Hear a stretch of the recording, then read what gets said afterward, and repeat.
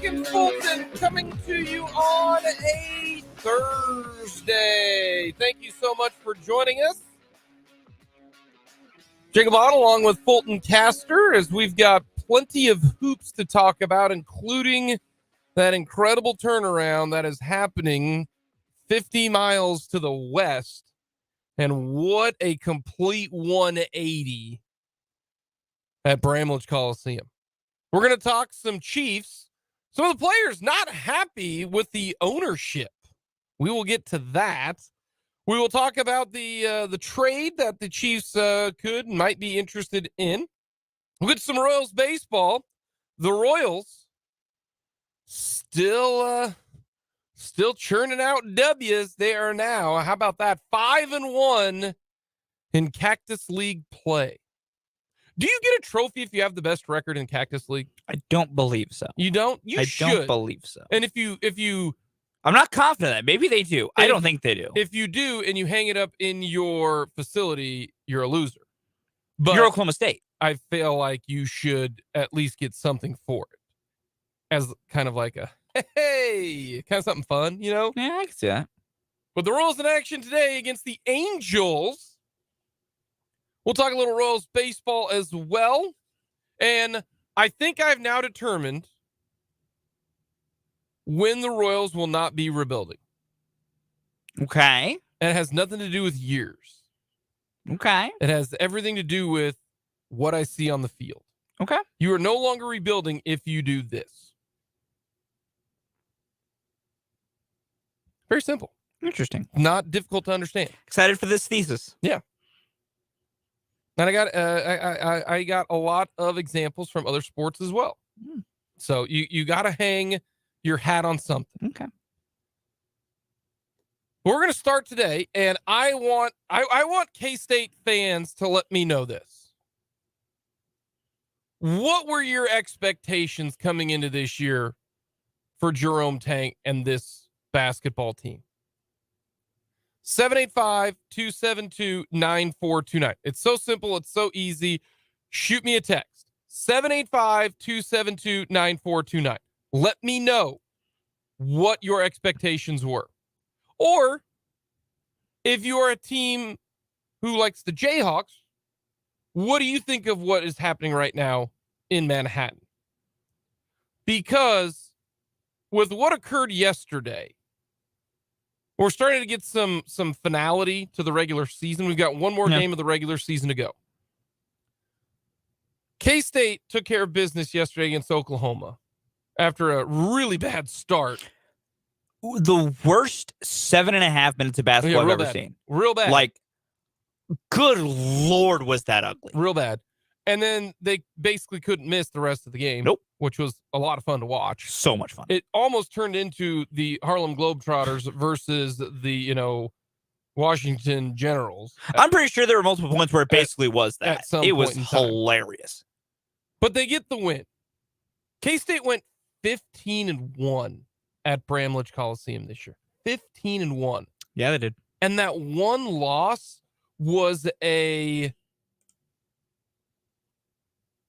meltdown where things snowballed and the snowball went down the hill and it just kept getting bigger and bigger and bigger and you couldn't stop it. And they still only lost by 3. And they almost went undefeated at home, which is incredible for next year. And I know they're going to graduate a lot of guys. And we're going to get to that as you were in the building last night at the Octagon of Doom. The fact that if you go 15-1 at your own building gives you so much confidence to know that, hey, when we get back home, we got this. That's part of the reason why KU has had so much success is because, and even the players have said it, when we get in this building, we just think we can win. Now, I'm not comparing Bramlage down Fieldhouse. I'm comparing the fact that you feel so much more confident. And if you are confident, you are going to play better. And if you walk away essentially with 8 wins in Big 12 play at home, because that's what they did, you're 8 wins. If you win 8 wins, and I'm even throwing out a loss in there, you go 8-1 in Big 12 play, you will make the NCAA tournament almost every year. That's how important it is. And just the sheer confidence that you get by going 15-1 when you play at your own arena. And the arena is just incredible, the difference from last year to this year. I went to a game last year.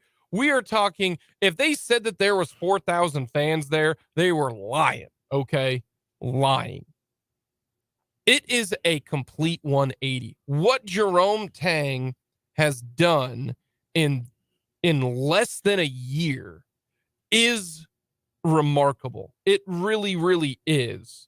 And a lot of people have compared it to what Iowa State did last year, right? Yeah. Iowa State was at the bottom. They made the tournament. They had a great run. See, to me, you're underselling it. And the reason why is Iowa State last year did not finish second in the league potentially. Yeah, I would get a comparison to Iowa State to an extent with how hot they started. No, I'm talking about overall. I'm talking about... I know. But like I get the comparison with the idea of like, they were really bad and they all of a sudden got good and started well. But the finish is important. Yeah. Yeah, and I think you make good point. I think it's your point here. It's like the finish is important. Iowa State collapsed to end the year. Like, they got into Big 12 play and it didn't go well. And they fell off a cliff. Well, last year, they didn't fall off the cliff because they made it to the Sweet 16 last year. In the tournament, they were really, really good. The difference is that Iowa State finished 7-11 in the conference last year. But K-State, if they win Saturday, they will finish second in the conference. And I don't have to say tied for second because the tiebreakers are going to put K-State at the 2 seed because they own the tiebreaker over Baylor and they own the tiebreaker over Texas. K-State will have gone from 6-16 this last year. Projected to finish dead last in the conference this year. And had 2 guys on the roster. One of them a starter, one of them a role player. And if they win Saturday, which it will be difficult to win on Saturday because West Virginia is playing for their tournament life. If they get a win on Saturday, they are no questions to ask 100% in the tournament. It'll be difficult, but if they do, and right now K-State's playing so well, they're going to finish 12-6. That is remarkable, but it's not just remarkable on the court.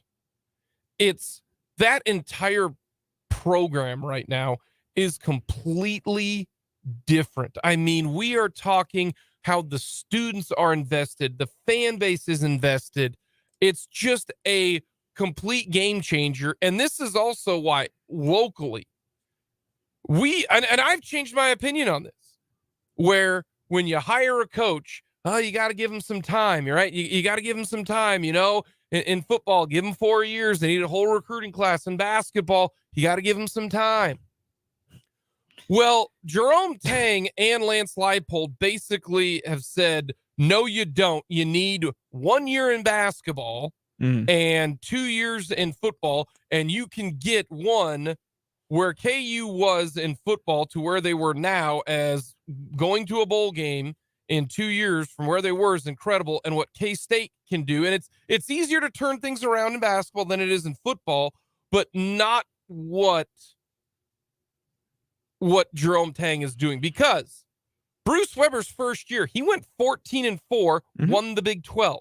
But as we all know, Bruce Weber had a much better roster that he took over than what Jerome Tang did if they win.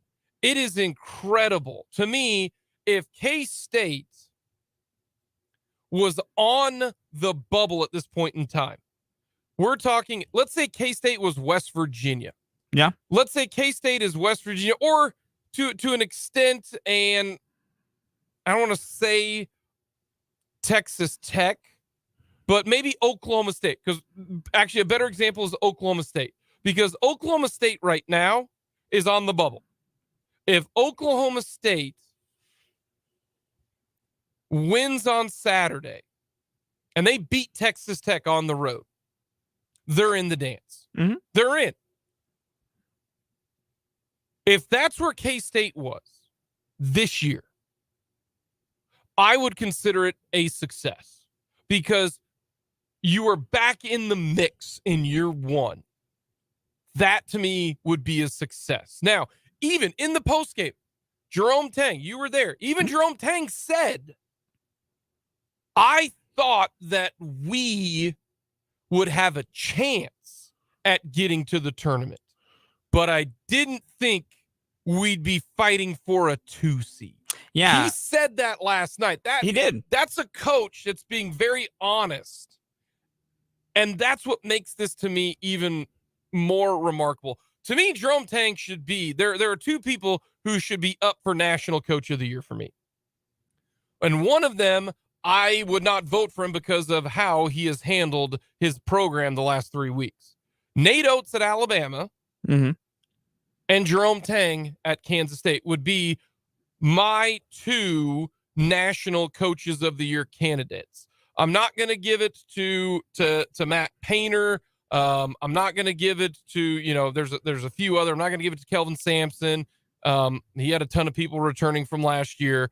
Those would be the 2, but I just can't vote for a guy who has handled something so awful and so mind-numbingly obtuse that I would give it to Jerome Tang. I think he'll win the Big 12 Coach of the Year. He should. He should. And we'll get into Bill Self and his argument maybe in a little bit. But I watching that game yesterday and the finish of the game and at the end of the game, and you were there, and just everyone staying around for something that had no tradition, that had never been done before, and just the sheer excitement and connection of the players going into the stands and doing what Jerome Tang does every single time they win at Bramlage is he hops over the table, runs into the stands, and starts doing the Wabash. That is something that I could never have imagined that was going to occur in Manhattan this year.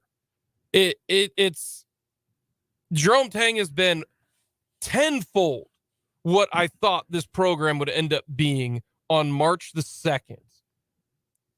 Lock 3 seed, maybe a 2 seed, and this is where we're at. 12-6. It's amazing, and I've said this numerous times. The key to rebuilding a program in college athletics, I boiled it down to is there's one big step you have to do for anything else if you want a good turnaround. You have to fix your program's culture. You have to instill the right culture in the room. Because if you look at the 2 turnarounds that have happened here in the state of Kansas, the last 2, relatively recently, Lance Leipold with KU football and Jerome Tang with K-State basketball, it began with culture. It began with, I don't care what the bodies are on my team. It's we got to change how we treat ourselves and the way our program is viewed in the building. And that's what Jerome Tang has done. It's when, I mentioned after they had their 1 court storm, he said, you guys get 1. He's like, you guys get 1 because we need to expect to win. And that was the message, not just to the fans. That was a message to his players, too. Of, no, we need to not act like, once in a blue moon, we're going to be a top 10 team. No, we're going to beat those guys night in and night out because we are a top 10 team. And we are a top 5 team. And they did. Like, the culture change Jerome Tang did, and as I've always said, there's one trait among Tang that is really endeared into me, and means no matter where he goes the rest of his career, whether it's finishing at K-State or if he goes anywhere else or whatever he does, I'm always going to refer to Jerome Tang because he genuinely loves these kids. He genuinely loves these young men, is what he calls them. And to see, that post-game thing, there wasn't a dry eye in the house. There was not a dry eye in that building. By the way, it was great. If you want to hear the senior speeches and you want to hear what Jerome Tang had to say, check out our Twitter page. Go to Twitter and type in Sports on 580. You videoed all of the senior speeches, which was very cool. It was an awesome moment. And the minute I knew they started speaking, yes, on our Sports on 580 Twitter page, it's in a convenient thread. They're all threaded together of all 6 seniors speaking last night. But no, the entire emotion was great. And all we were told before the end of the game was just there's a little message on the Jumbotron that said, stay in your seats for something post-game. And we're like, all right. Jerome Tang sending the players into the crowd to celebrate their final game with the fans was great. The fans' reception to that was fantastic. It looked like, it was when, the video of Moses parting the Red Sea and the players run up the aisle, and then all of a sudden it was great. The just fans swooned. Just it was great. It was a great video. It was a beautiful moment. That entire moment was great. And the way Jerome Tang spoke, and when he spoke after the game, his love and admiration for these guys is immense and it's paramount. And that to me is such a big reason of why they're here. They're here and they're successful because Jerome Tang is a great coach and he surrounded himself with great assistants. And he will always let you know that it ain't just him. He has got a fantastic staff with him. But another big reason that this team is a bunch of winners is that Jerome Tang changed the culture and got all these young guys to buy into the way of doing basketball, a different way, a new way. And, K-State fans responded too, and that's what matters as well. That building was loud last night for those kids, and it's awesome. And Jerome Tang, he does have some... He's got some built-up credit because he hasn't been a head coach before, and I understand that. But he was at a program that went from absolutely the bottom of the barrel, laughingstock nature almost, to national championship. And he can say, guys, I've done this. I know what it takes. I've been in the locker room. I've helped build a program. And there's a reason why he was the number one guy for Scott Drew. He can say, without, that's why Bill Self can say, hey, listen to what the heck I have to say, because check out my bona fides. Yeah. And Jerome Tang, look at my resume, and he's got it. And Jerome Tang, even for all that stuff, is there. We haven't had one of these in a while. I call it a compusult. It's a compliment and an insult at the same time. You know what I mean? Yeah. It's like, wow, I can't believe those big jeans fit you well. You're like, oh, like, all right. Oh, okay. Thanks. Like, man, your hair's looking better than normal today. Like, okay. It's a compusult. Yeah, I got you. From a KU fan, apparently on our Big O Tires text line, K-State fans should be extremely happy. I'm like, well, that's really nice of a KU fan. And then they continue with, they beat KU this year. That's their Super Bowl. So, you know what I mean? It's like a good old compusult, which is funny. It's funny. Sometimes those are good. But yes, let us know what Jerome Tang has done with it's great. A guy who averages 15 minutes a game in Ish Massoud, maybe 20. Haven't looked. I'm assuming that. And then Marquise Noel, and he took Marquise Noel from about a 7 to a bona fide 9.5. Because what he's doing right now it's impressive. I'm going to miss watching Marquise Noel play basketball. He's fun. Genuinely. He really is.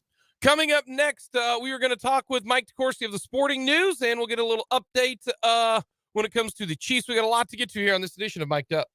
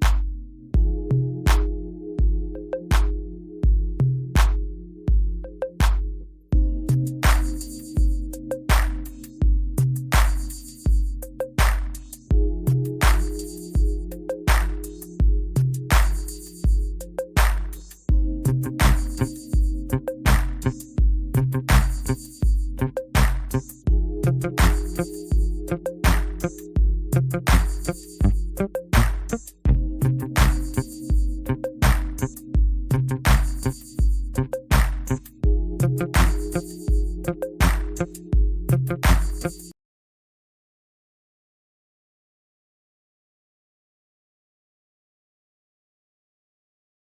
will get into some Royals discussion today, coming up in the 1 o'clock hour.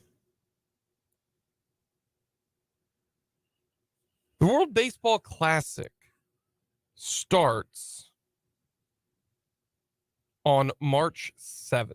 They're leaving today, I believe. Players are beginning to leave today. Yeah, I think it's throughout the rest of the weekend they'll all begin to file out. And it goes until March 21st. The World Baseball Classic. It hadn't happened since 2017 because COVID. They just said, no, it's not like the Olympics where you're like, oh, yeah, we got to move it to the next year. It's not how it works with the World Baseball Classic. So it's been since 2017. Been a while. Long time. Do people care? So this is a great thought process. And here's the thing. I like the World Baseball Classic and follow it and we're watching it. I hate to be the bearer of bad news. You don't count. I know, but like there's general point to this. I think some diehard baseball fans follow it.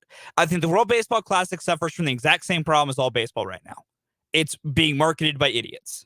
Okay. Like the reason no one cares is because it's not marketed. People don't know what exists. People don't know what it's about. Okay. Like I think if it was marketed better, it would get more views because international competition is a great thing to help grow the game internationally.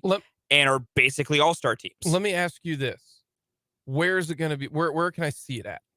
I believe MLB Network will have most of the games. I don't know what else they will have it on, which I agree is another problem. And it goes into marketing and viewability. There's your problem. If they made marketing and viewability better, more people would care. No, that's why. Because the content is great. Like the games are always great. Especially when you get into the quarterfinals and the semifinals. They're beautiful games. I remember in 2017, I remember Adam Jones. Yeah, Adam Jones is robbery of the home run. Yeah. Yes. I remember watching those games because I didn't pay a lot of attention to it, but I remember I noticed it was on and I watched it and it was fun. It's very good. It just needs to be marketed better. That is its only problem. It needs to be marketed better. Where can you find it? Yeah, you got to be able to find it easily. Coming up next, Mike DeCourcy of the Sporting News joins us to talk all things college hoops.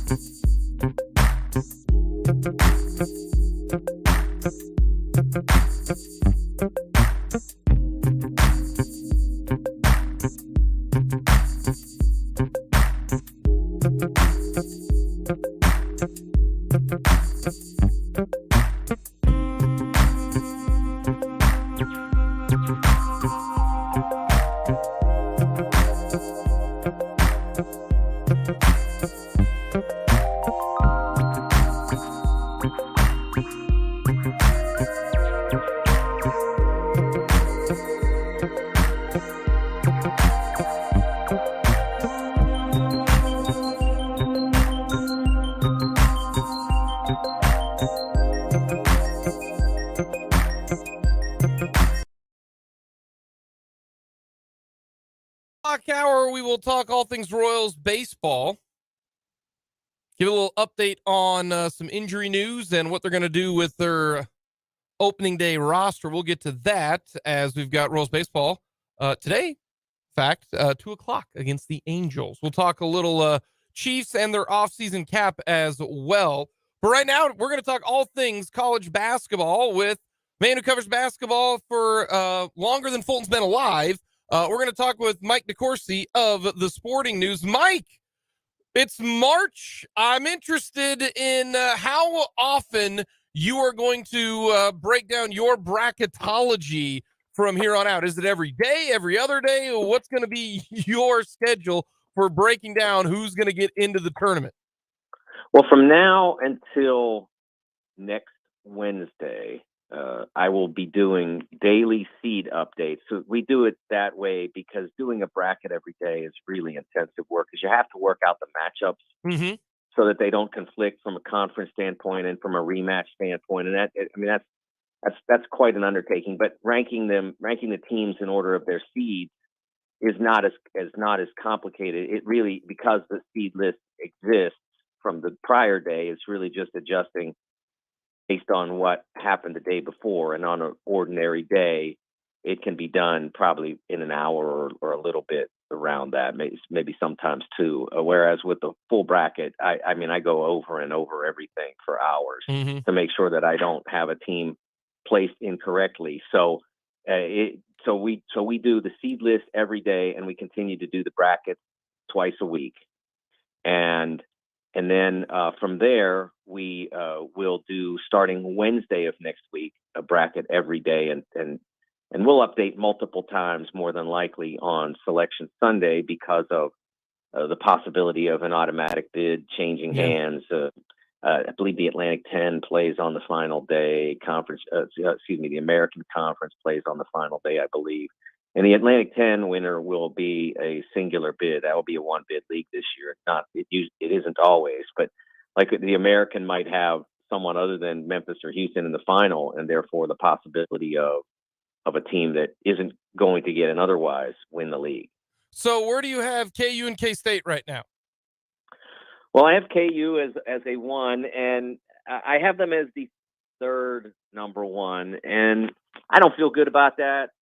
But I didn't understand why the committee put them behind Houston in the first place.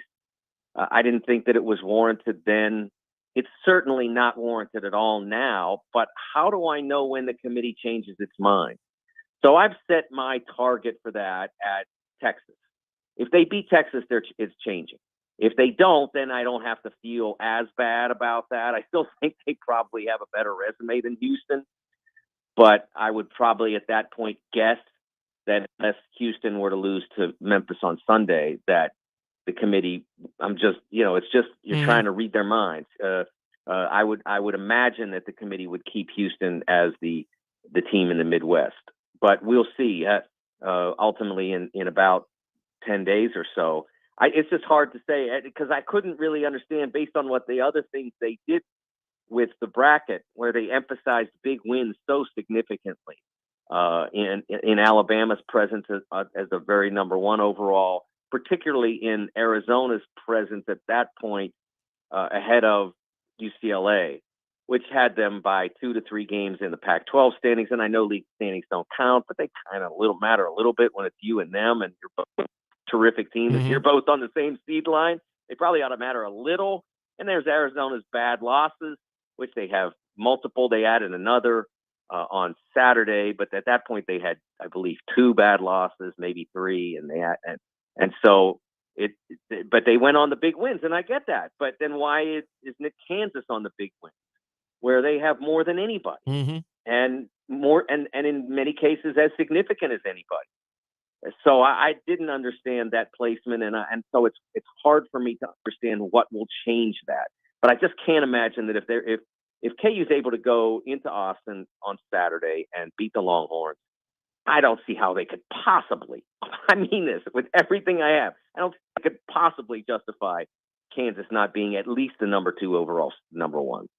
What about Kansas State? Are they a 2? And what's the max you think that K-State will, I guess the lowest that you think K-State, if they lose to West Virginia, depending upon what happens with the mother, they could be the 2, 3, or 4 seed in the Big 12 tournament. Are they no worse than a 3 seed? Can they get to a 2 seed? How do you see K-State? Oh, they can definitely get to a 2 seed. If UCLA goes out on Saturday, I believe it is, Saturday evening, they play Arizona at Pauley. And obviously UCLA has a lot to play for because they're still in play for a number 1, and they certainly want to solidify the highest possible seed, 2 seed to be over Arizona so that they can go to the West region and play in Vegas, a few hours up the road, 3 hours through the desert or so, 4 hours, whatever it is, from Southern California to Vegas. So they definitely want that. And so there's a lot of motivation there. So if they can get that, Arizona gets dinged a little bit, and K-State's sitting right there for me. Others have them ahead, but right now I still have them as the 9 overall seed, and the top number 3 behind Arizona. But if Arizona loses that game, then K-State would replace them, or to SC. By the way, they play SC tonight, and that would certainly be a possibility as well. I don't think they can get up to a 1. They can. Certainly, I always say the word easily in these circumstances. Like, why are you saying easily? None of this stuff's easy. But they can certainly get to a number 2, and I think it would require significant calamity, probably losing West Virginia and then losing the quarterfinal. I guess I think they'll open in the quarters almost certainly, right? There's no way they can play. Yeah, correct. So I think they'd have to lose West Virginia and the quarters, and everybody else that's in their ballpark, Tennessee, Marquette, Gonzaga, Connecticut, Indiana, would have to accelerate and go forward. So I think they're safe as a 3 seed right now.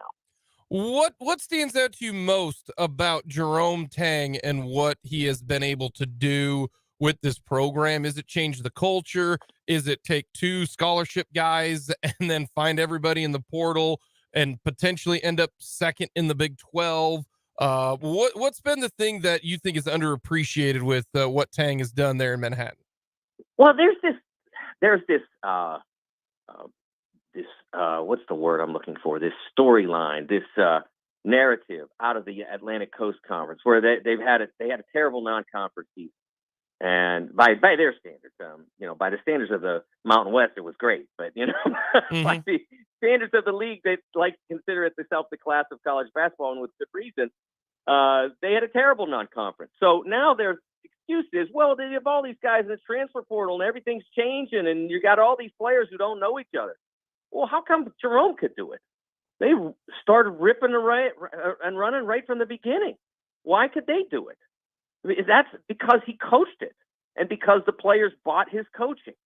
So why should others get excused for that, or try to make excuses for not being totally ready on November 8th or November 9th, when K-State came right out of the gate and was terrific from the beginning and continued that on all the way through to now. A couple of stumbles, but everybody in the country has a couple stumbles. They've had fewer than most. It's been a fantastic year, and he's done it with guys who were new to each other. Obviously, he had great help from Marquise Noel with the terrific point guard play and leadership and all of that. But sometimes in coaching you get a little lucky. You move in and you find a guy as committed to the program as Marquise, and it's like, how could we be so lucky to have a player that skilled, that talented, that tough, and wants to be a Wildcat this badly? But hey, sometimes you sign a guy you think is going to be a role player for you, and he turns out to be highly motivated, works his tail off, he becomes a star. But I don't think that the fact that Marquise has been this good is the sole reason why K-State has been this good. I just think he's a big part of it. So I think that he should get a ton of credit, Jerome, for everything that he's accomplished in this environment, in the way the game is played now. I can't say enough about the work he's done. We're talking with Mike DeCourcy of the Sporting News. You can follow him on Twitter at TSN Mike. A great Twitter follow if you are into college basketball. Trust me, folks. Let's go down the road to Lawrence. We say this a lot, is this Bill Self's best coaching job? We do that all the time, at least here in this neck of the woods. Every year we talk about that. It wouldn't be college basketball season if somebody didn't mention that. Yeah. So, and I'll break my reasoning why this might be it. I think 2009 when they won the title and then the next year they won the Big 12, that was incredible. But they win the Big 12 or they win the NCAA tournament last year. They lose their 4 best players. Ochai Agbaji, lottery pick. You lose Christian Brown, almost a lottery pick. The should have been MOP, Dave McCormick, and their lone post presence. You lose the X Factor and Remy Martin. And all he does is potentially win the Big 12 by 2 games. If they beat Texas on Saturday, they're going to be a 1 seed. Like I would almost put this one up there with one of the better jobs that he's done. Yeah, well, I mean he's the best coach in college basketball now. It would have been a nice, cool debate if Jay Wright had stayed active, which one, but he didn't. So Bill's the guy. It's him. And I would disagree with your characterization of they lost their 4 best players. They lost their 2 best players. Their 3rd best player is now an All-American on this team. Jalen Wilson is fantastic. He was terrific last year.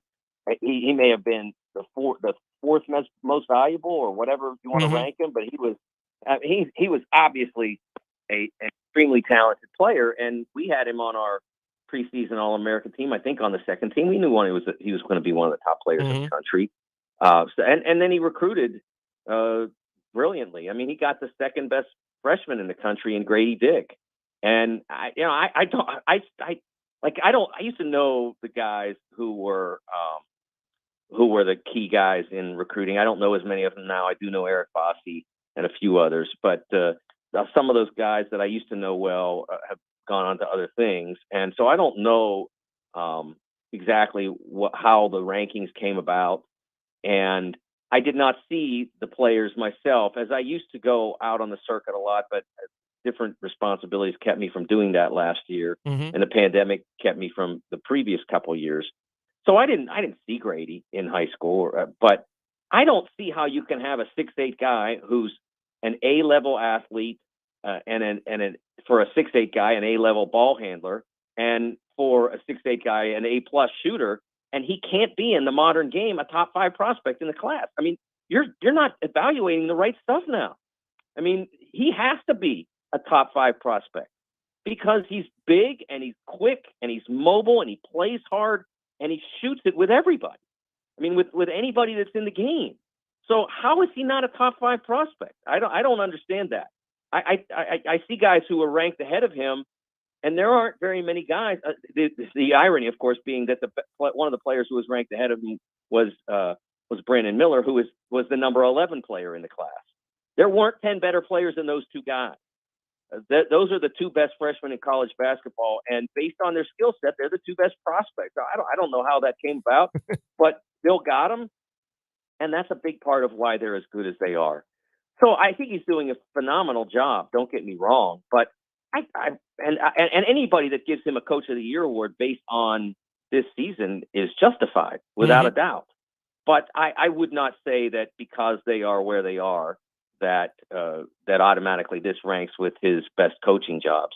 I think when you have a coach, I know it's a little premature for this, but when you've got 2 national championships, it's hard to match those 2 seasons necessarily. I know we're grading on an impartial scale, but I think I could probably search through his tremendous record and find some years when he did a job that was even better than the great one he's doing this year.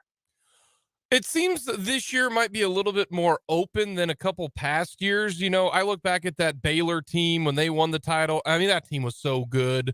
Gonzaga that year as well. There just seems to be, in 2018, that Villanova team was just head and shoulders above everybody else.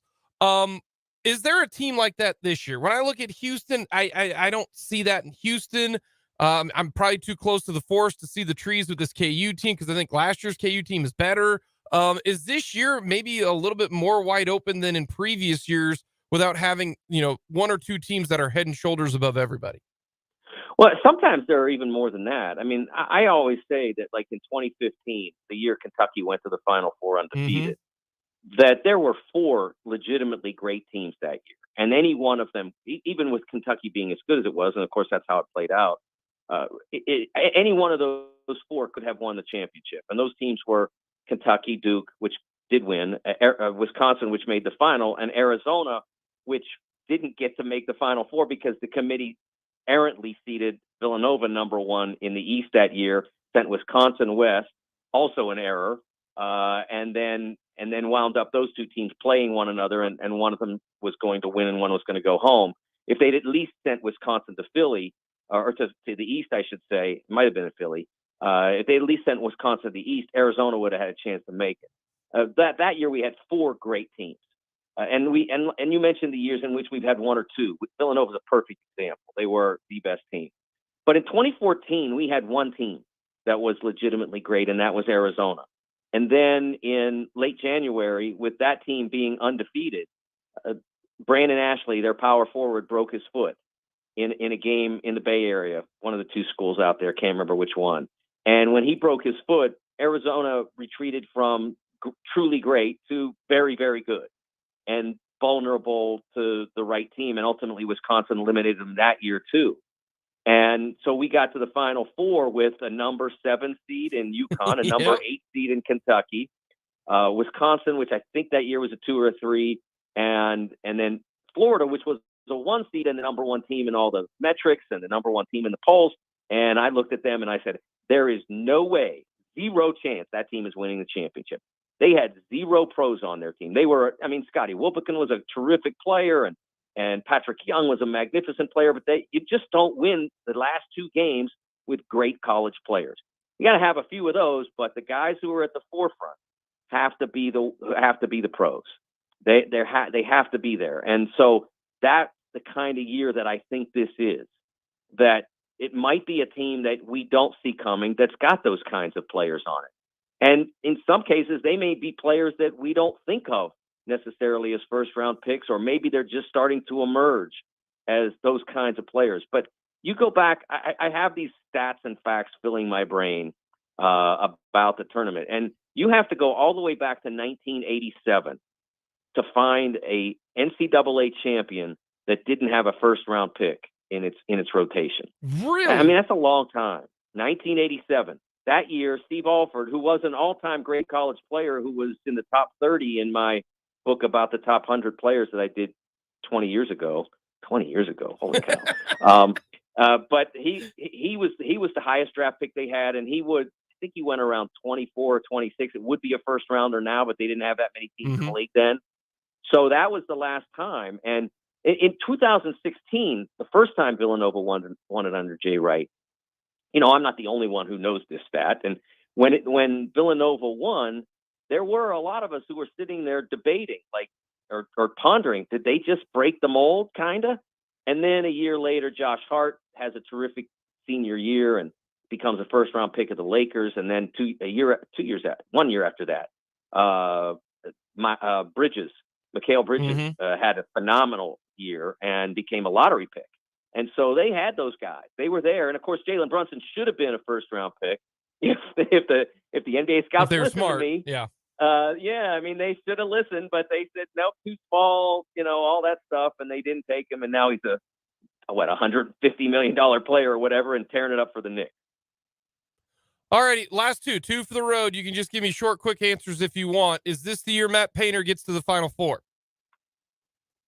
Only if his guards start to make shots or resume making shots, I think is a better way of putting it. Okay. What Indiana did on Saturday will be the model now for everybody that plays against them. Throw everything you have at Edey. He may still score 30, but everybody else is going to brick shots, and you're going to win. encourage them to take those shots. Even if Edey scores 30 through your double and triple teams, no biggie, because they can't, 30 isn't going to beat you. And so that's going to be the model until it doesn't work. And I think that's so guys like Fletcher Lawyer, he really has to step it up from a perimeter shooting standpoint. If he doesn't, and look, he's having a terrific freshman year in every way but that. The last month and a half or so just hasn't made shots. He either that has to happen, or they have to consider using some of his minutes on somebody who might make shots, like Brandon Newman. So I think that they can, and Edey is phenomenal, but they're not going to do it shooting the way they've shot for the last 2.5 weeks. All righty, last question. I'll give you an example. To me, the person is Tyrus Thomas. Who was the last guy, or who was the guy that pops into your head that had an unbelievable NCAA tournament that completely changed what he was going to do when it comes to his draft status? Nobody, at least not many people, had heard of Tyrus Thomas for LSU. All of a sudden, he comes out blocking shots and ends up being like a top 5 pick. I got a friend of mine who's a Bulls fan. He just hates that pick. So is there somebody that comes to your mind where you go, holy cow, that guy had a 5-game stretch in the NCAA tournament, and now he ended up being an absolute, sexy pick, and it didn't work out well? Ooh, that is a hard question. I wish you'd texted me so that I could do a little research on that. But does it have to be something that didn't work? No, it can be something that worked. Yeah, no, that's fine. No, I mean, wow, that's a tough. I got nothing off the top of my head. I got to be honest with you. I feel so bad that I'm stumped. And of course, I was gonna say Tyrus Thomas. No, I know that's the one that jumps out to me, and that's why I try to give you an idea of what I was thinking about. Yes, I get it. I just can't think of anybody who had that kind of tournament and changed the nature, what they did, what they were thought about. I've seen guys, who went in as like Donovan Mitchell was developing into a first round pick and he didn't have a rough go, but his team got eliminated early. And I don't know if that affected him only going 13th or not. But I just don't have a guy off the top of my head that fits the category you're talking about. And I feel terrible about that. You're good, Mike. You're fantastic. Mike, thank you so much for the time. You're one of the best. Keep up. And I cannot agree with you more. Advancing the ball after a timeout is the worst thing in basketball. So keep preaching it and die on that hill with me. All right. All right. That's great. Thanks. Mike Corsi, Sporting News. Love Mike. Mike's fantastic. Nobody knows the game as good as Mike. Great stuff on a national level. Mike DeCourcy, follow him, TSN Mike. Coming up, we're going to talk Royals baseball.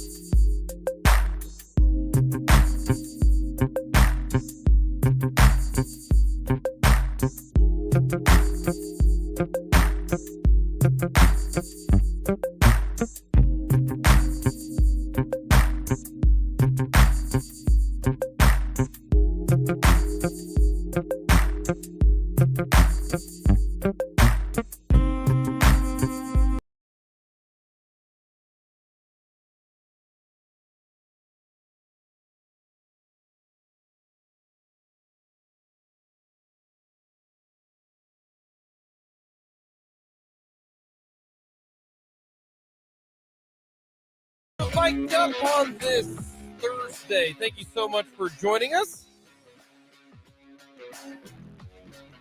Jake and Fulton along with Fulton Caster. We're going to talk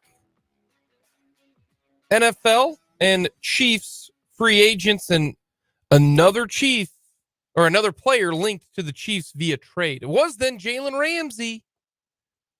Now it's another Chief or another player linked to the Chiefs. We will get to that coming up at the bottom of the hour. Everyone loves the list today. I have been more involved in this list than Fulton recently. So he thinks. You definitely have. But I just wanted to throw. You don't know me. You don't know what I do when I go home. None of you do. Yes, I do.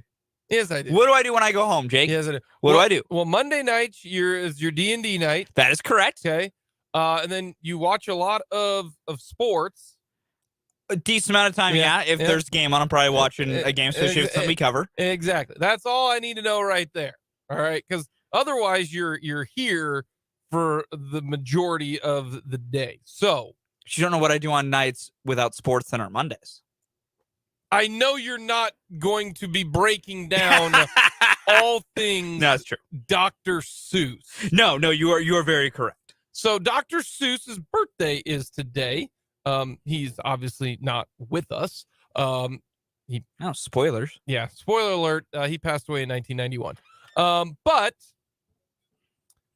it's his birthday today. So we're going to go top 4 Dr. Seuss books, movies, however you want to break it down. Just top 4 Dr. Seuss. Okay. I've gotten a lot more into Dr. Seuss here recently. Yeah. So they're great books for young kids. We are going to get to Dr. Seuss today. But before we do that, we're going to talk some Royals baseball. Let us know on the Big O Tires text line. 785-272-9429. Let us know your thoughts. Check us out on YouTube. Go to 580wibw.com. Go to YouTube, Sports on 580. Click on the page. Hit the subscribe button. We're going to talk some Royals baseball. All right, Fulton. I told you at the start of the show. Yes. That until something occurs, the Royals will forever be rebuilding. Mm-hmm. And they've been rebuilding since 2017. They were rebuilding in 2018, 19, 20, 21, 22, and they are still rebuilding this year. Sadly. To me, you are not rebuilding if there is one thing that you go to the ballpark, you go to the arena, you go to the stadium that you can hang your hat on. And that is what you are basing your season. And it's very, very simple.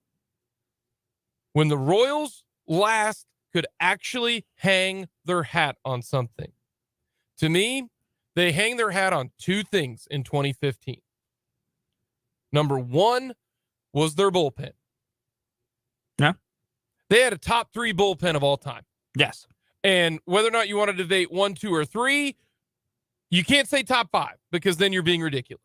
They had a top 3 bullpen of all time. That is something you can hang your hat on. They quite literally shortened games to 5-inning affairs. Yes. And then number 2, this is also what they hung their hat on. And we talked about it in the game against Houston.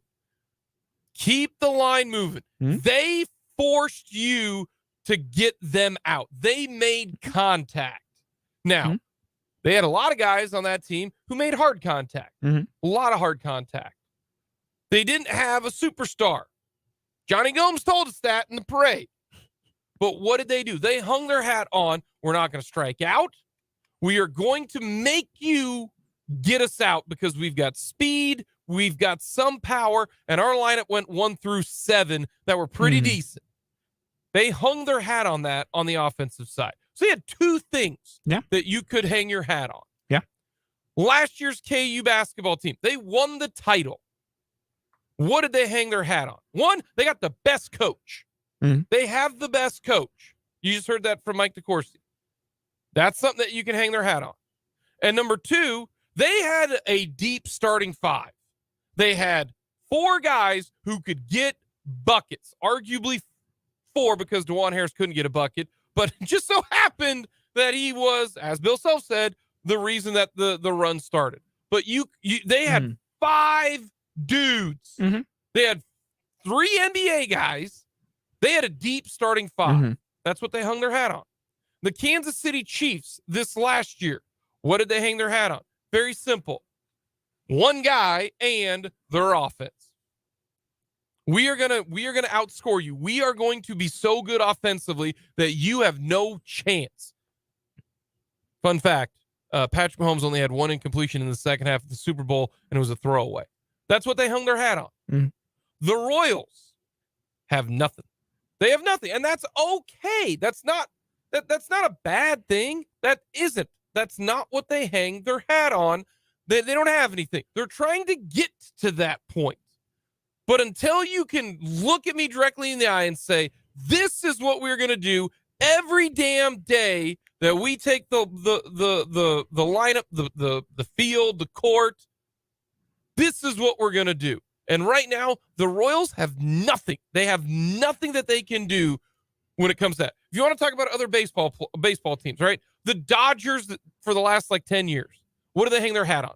We are deeper than any other team. We have better players 1 through 25 than anybody else. And that's why they win. How many times, they've won 100 games, how many years in a row, not counting COVID? A bunch. Now I need to look this up. I couldn't tell you the exact number. But yeah, no, Dodgers, they 1 through 9 consistently, their lineup is no days off. No days off, right. The Astros, they have hung their hat on starting pitching. Yeah. I mean, my goodness, they were so damn good pitching. They were unbelievable pitching. By the way, the Dodgers have won 100 games 3 years in a row. And technically they were on pace to win 130 games during 2020 because they had a 71% winning percentage, by the way. That's stupid. So they won 100 games last year. They just won a lot of games. But that's what they do. Yeah. Do you agree? Yes. Right? No, I agree. Yes. 100%. So my next question I've got for you, you know what it is? No. You don't really want to know what's going on. I don't ever want to know what's going on in that head of yours. What is the best chance, or what is the one aspect that they can get to quickest? What can you get to that you say, we can do this? Where is it? And that's the reason why I don't care. Yeah. If the Royals, and this is not it's not that I don't want or hope. A couple weeks ago you were like, well, you hope is the best of things, Jake. The problem is that at least you could see it. Yeah. In 2013 and 14, you can see it coming, but you don't have that yet. I can't see anything coming. And so here's what I'll say to that. So I could not tell you to a perfect T the exact thing I think will become their identity. Is that a problem? No. It's just really hard to pinpoint some things. It's going to be on the offensive side of the game. So you can pinpoint that. Something offensively, whether it'll be power, whether it'll be contact, whether it'll be walks, something at the plate as early as possibly this year will become their identity because of how many great young hitters they have. So, okay, before we get into that, so you've narrowed it down. So you think the thing that they can hang their hat on and go into every game knowing that they are going to win or have a very good chance. Because in baseball, the Dodgers we just talked about, they win a billion games. They still lose 50 or 60 of them. They still lost 51 games last year. 50, you still lose. So you're telling me if you are the Royals in 2024, you are hanging your hat on run production? Are you hanging your hat on power? Are you hanging? And that's the part I can't at this moment fully identify because these hitters are still maturing. I can't. And that is just I want to see what they do this year. I think this year we figure out what it is. Whether it's the final evolution of what that is, I think we figure out because we see what these hitters do. If Bio Jr. still sits at a 260, 270 average, but all of a sudden his power goes to 30, 32 home runs. And Vinny hits close to 300, but he hits 30 home runs. MJ hits 35, 38 home runs. Sal's putting the ball into the seats. Even a guy like Michael Massey or Drew Waters or Kyle Isbell starts putting the balls over the fence. Well, then I go to, man, the Royals' identity is that these new Royals can really put the ball over the wall. Or maybe this year, all of a sudden everybody starts hitting 280. And all of a sudden it's these Royals, they may not put the ball far, but they're like those Royals, make a lot of contact. And all of a sudden they, are top 5 in walks. I don't know. I think you have, you didn't know it right, but I think to me, and I agree with you, I think the best way for this Royals team for 2024 to say they are not going to rebuild. Yeah. They're actually competing ball club. Competing is they have to hang their hat on they're going to have to go the Dodger route. They got to say our lineup. And outside of the Dodgers, I don't know if there is a lineup in Major League Baseball that goes 1 through 9. Even the Royals in the World Series in 2015 did not go 1 through 9. It's hard to go 1 through 9, They went 1 through 7 that were good. And then it was, kind of hope and pray at the tail. And then it was, even the Dodgers, even not that it was the Astros when they won the recent World Series. Correct. So 8 and 9 were kind of, you see. So to me, the closest thing that they are to what we hang their hat on is a deep lineup. It is going to be, we think that you have to grind 27 outs against our lineup, because there's no black holes like we've seen before where you're just like, there's an out the plate. Well, not so much black hole, because there might be an 8 and 9, but 1 through 7. When the Royals in 2015, their lineup went like this. It went,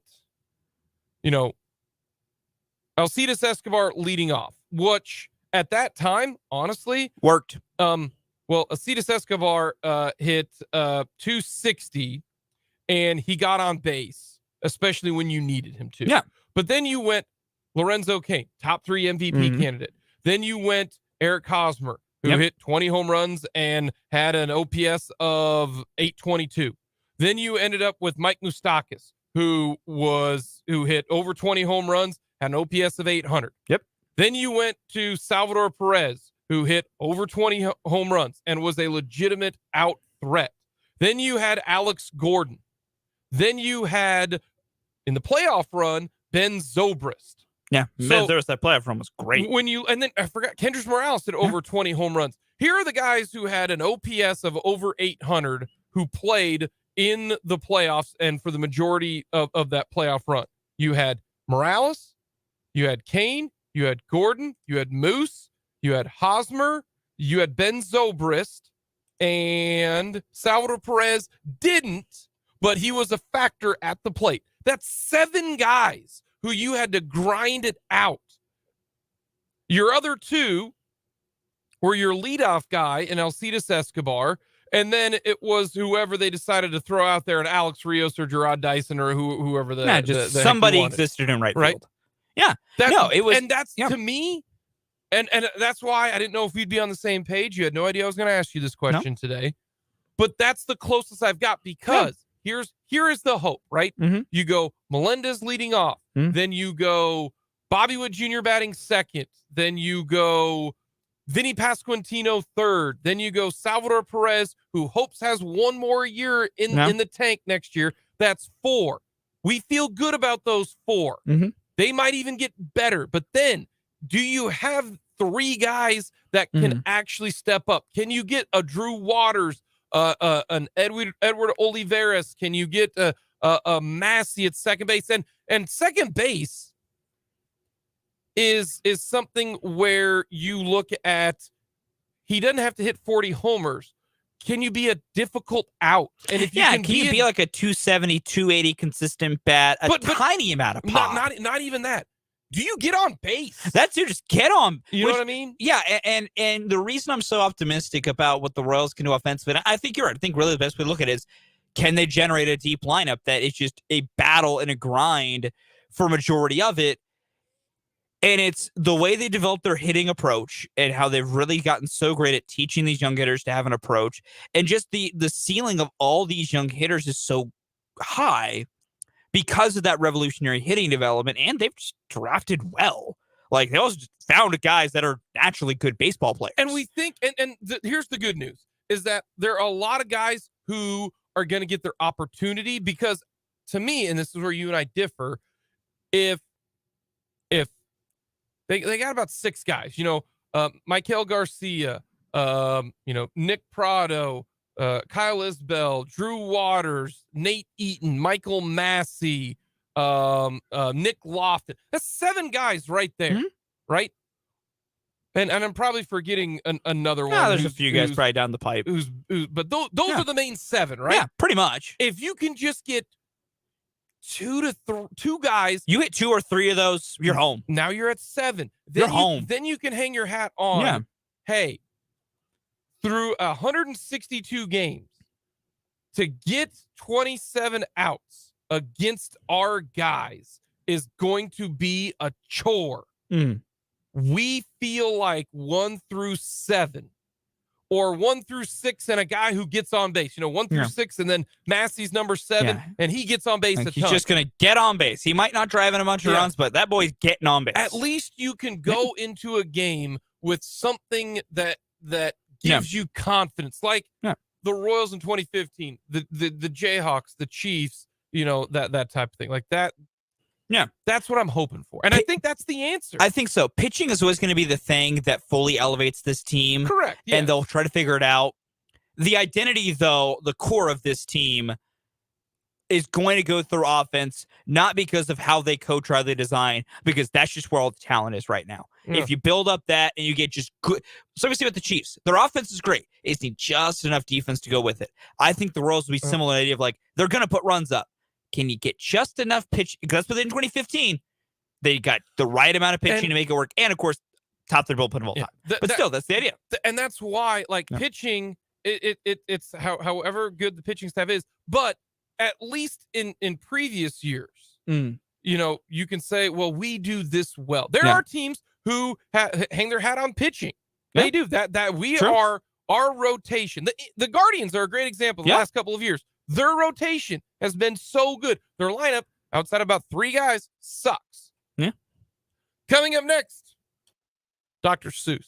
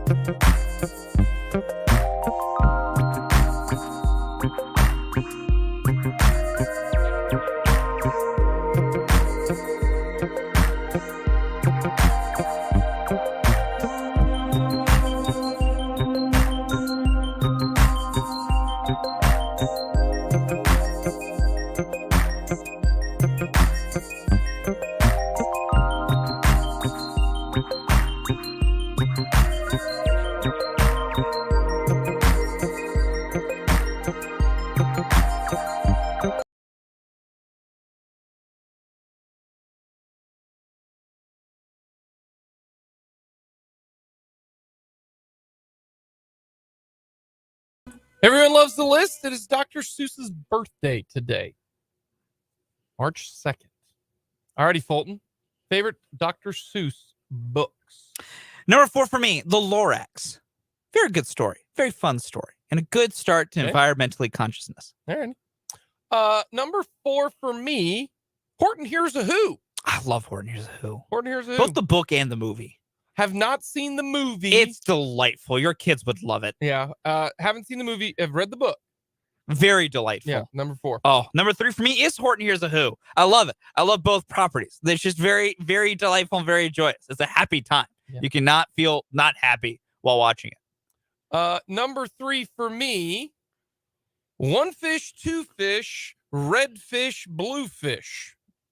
I've read that book a lot. I like that book. It's a quality educational book.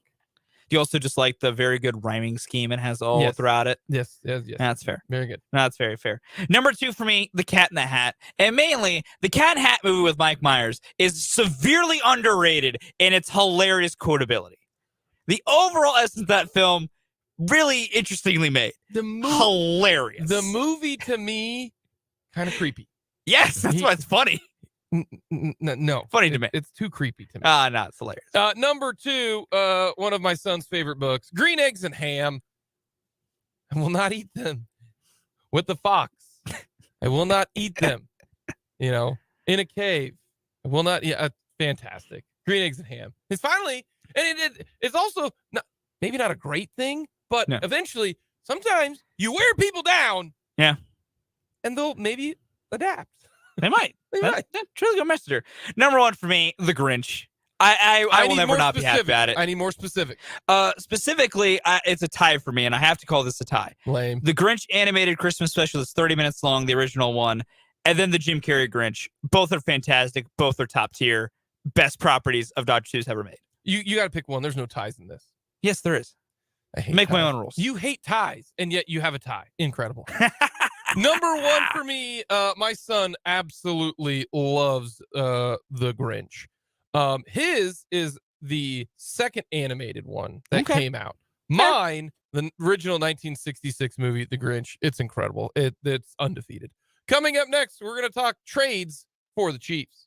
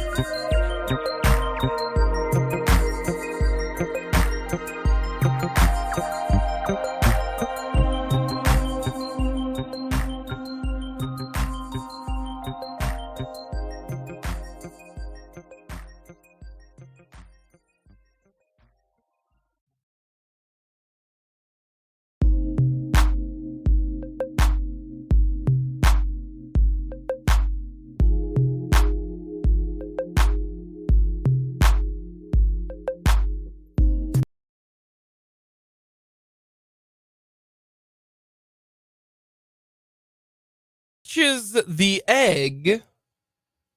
Someone on the Big O Tires text line mentioning their favorite Dr. Seuss books and or movies. So we appreciate that from the Big O Tires text line. We will get to some more Chiefs news coming up in the 2 o'clock hour. Some of the Chiefs not happy with some of the amenities and some of the decisions that the Chiefs organization has put resources in. We will get to that as the NFLPA had their survey that they gave out to all of the players that they wanted to fill out. We're going to get to that in the 2 o'clock hour because there's some part of it that I do want to mention. Some of it I'm surprised. Some of it is Chiefs players are being very whiny. Mm-hmm. So there's a little bit of both. So we'll get to that coming up in the 2 o'clock hour. But right now, we're going to talk off season. The Kansas City Chiefs off season. According to Benjamin Albright, he says, covers the NFL, that Kansas City is the team to watch for DeAndre Hopkins.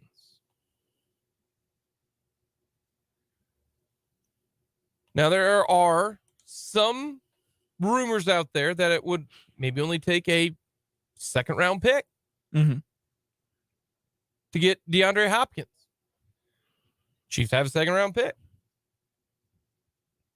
To me, the Cardinals are they're in a terrible spot. One, they paid a quarterback who can't stay healthy and can't win games all on his own. And why did you pay the quarterback that much money who can't win games all on his own? Joe Burrow, Josh Allen, Patrick Mahomes, they all can win games on their own. They don't need any help. Kyler Murray can't do that. And he can't stay healthy. But they decided to do that. Well, DeAndre Hopkins, wide receiver for the Cardinals. I looked at his cap hit, and it says $30 million next year. Now, that seems a bit high, but if you trade him, becomes a $19 million cap hit this year and a $15 million cap hit next year. So that is very manageable if you were to do that. Kind of like the Jalen Ramsey situation. Now, DeAndre Hopkins is 30 years old. He did not play this entire year because he was popped for performance-enhancing drugs. Yep. In 9 games, he had 717 yards, 3 touchdowns. 2 years ago, in 2020, he played in 10 games, had 572 yards, and 8 touchdowns. So, not a lot of yards. His prime, he was excellent. We're talking 3-time All-Pro, 17, 18, 19, and honestly, even his first year in Arizona, he was All-Pro too. So he's been awesome in his prime. He's not in his prime.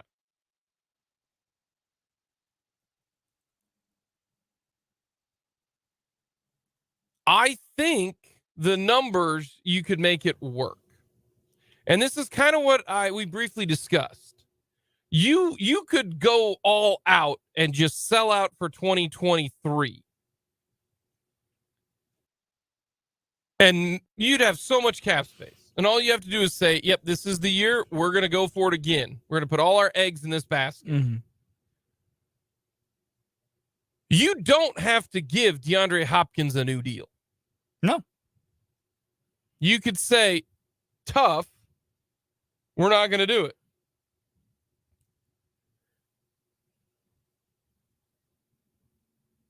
Take Mahomes' contract, turn it into a signing bonus. You save $19 million right there. Kick that, can down the road. Makes the cap hit higher the next 4 years. And you say, we add DeAndre Hopkins. It's 2 years of DeAndre Hopkins for $19 million this year and $14 million next year, or 4 years of production from either McCole Hardman, because that's who you could get, Nick Bolton, Creed Humphrey, insert second round guy here, which might be nothing. It could be Creed Humphrey. It could be nothing. So there is a way to do this. The 63rd pick. This is always something fun to go with because that's who the Chiefs have. I'm going to do the 2021 NFL draft. The 63rd pick in the NFL draft will go a pick before and a pick after the 63rd pick. The 63rd pick in 2021. Fun little deal here. Was the Kansas City Chiefs. They took Creed Humphrey. The 62nd pick was Josh Myers. The 64th pick was Kyle Trask, but we'll go 65th since we'll eliminate the quarterback aspect of it. Andre Cisco. Would you rather have 4 years of Josh Myers or Creed Humphrey or Andre Cisco at super cheap price, or 2 years of DeAndre Hopkins at a $19 million cap hit and a $14 million cap hit. That is what you have to do if you are GM Brett Veach. It is that simple. It is that simple.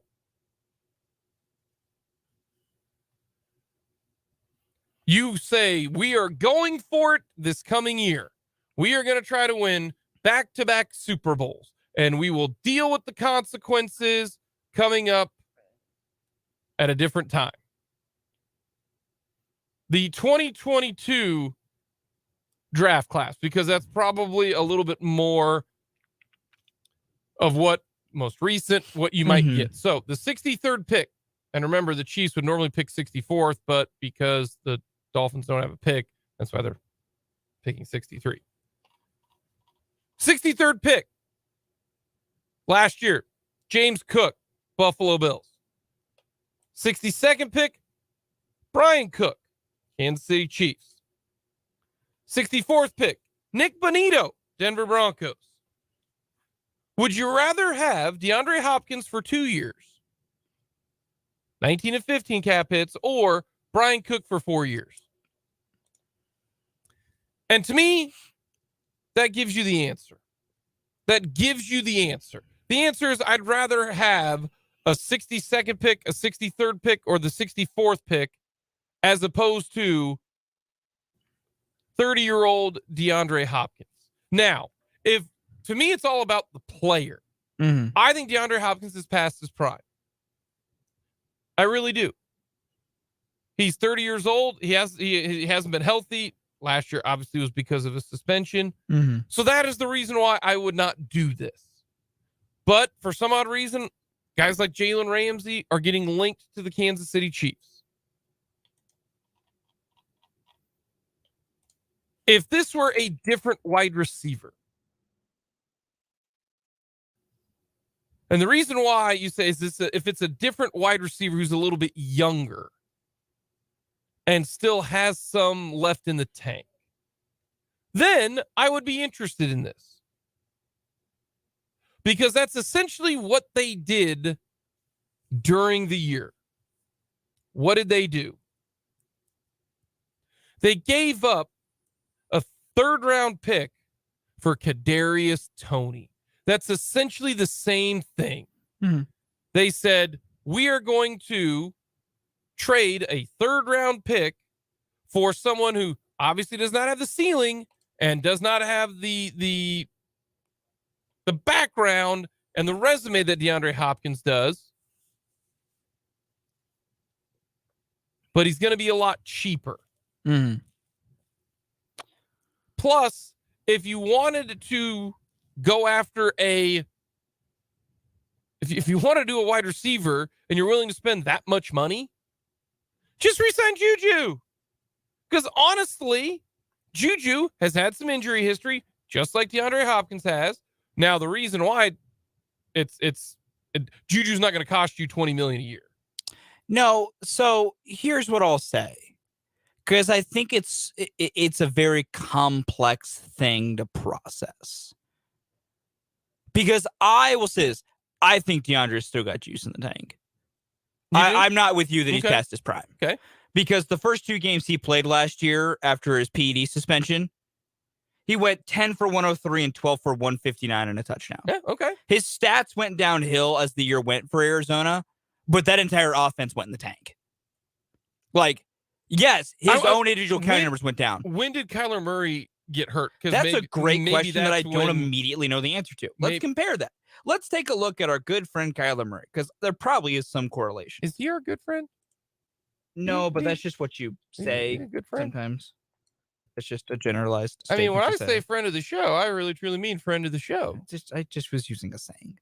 So Kyler Murray started getting hurt. Let's call it let's call it week 10. Because that was the first game he was inactive and when things all went to real crap. Let's call it week 10. DeAndre Hopkins in week 10, the first game without Kyler Murray. He went 10 for 98. That with Colt McCoy? I believe Colt McCoy. And then when Kyler was pretty much gone the rest of the time and Colt McCoy was there, and then they went to somebody else, Trace McSorley at one point too. Then it was the 9 for 91, still good game when Kyler came back for a little bit. Then 4 for 87, 7 for 79 still, 7 for 60. Then he finished with a 1 for 4 game with, I believe that was Trace McSorley. Yeah, that was Trace McSorley against Tampa. And then he didn't play the final 2 games of the year. Like, I understand the age because that's true. He's gonna be 31 by the start of the season. He'll be 31. That matters. I think there is a level of being close to the end of a prime, but I still think he's got plenty of juice. And it's Andy Reid. I'll trust Andy Reid to really get a lot out of, what a guy's got left. I think it comes down to, can the money work for your cap situation, which the Chiefs could make it work depending on what else they do. Well, that matters. I mean, you don't have to do the whole, move money around for Mahomes. What you could do is you can... If you cut Clark and you restructure Chris... You could probably make the money there. You free up like nearly $30 million, depending on what you do with Chris's cap hit. 21... Could be 24. Because I mean, if you let's say you drop Chris's cap hit year 1 somehow down to like 8, you've cleared up like $20 million, $30 million, over 30 because you're clearing 20. You're 21 with Frank alone. Yeah, and it could and be you can 24. clear up damn near 20 with Chris alone. Drop his 28 this year to an 8. You could in theory. So they can make money without touching the Mahomes trigger. Now, I would consider doing this if the draft capital was right, which a second round pick is, I'd probably be willing to do it. I'd really would have to think on it. It's not a second round pick. It is the last. Well, it's basically an early third. Yeah. And that's another way to look at it. So it ain't pick number 38. So I would consider it because if your idea is veteran receiver and the money works, I say take the chance. Now, it's not something I'm saying, they must do to get better. Do you think the Chiefs need to bring in another free agent wide receiver? They need a veteran receiver this offseason if Juju doesn't come back.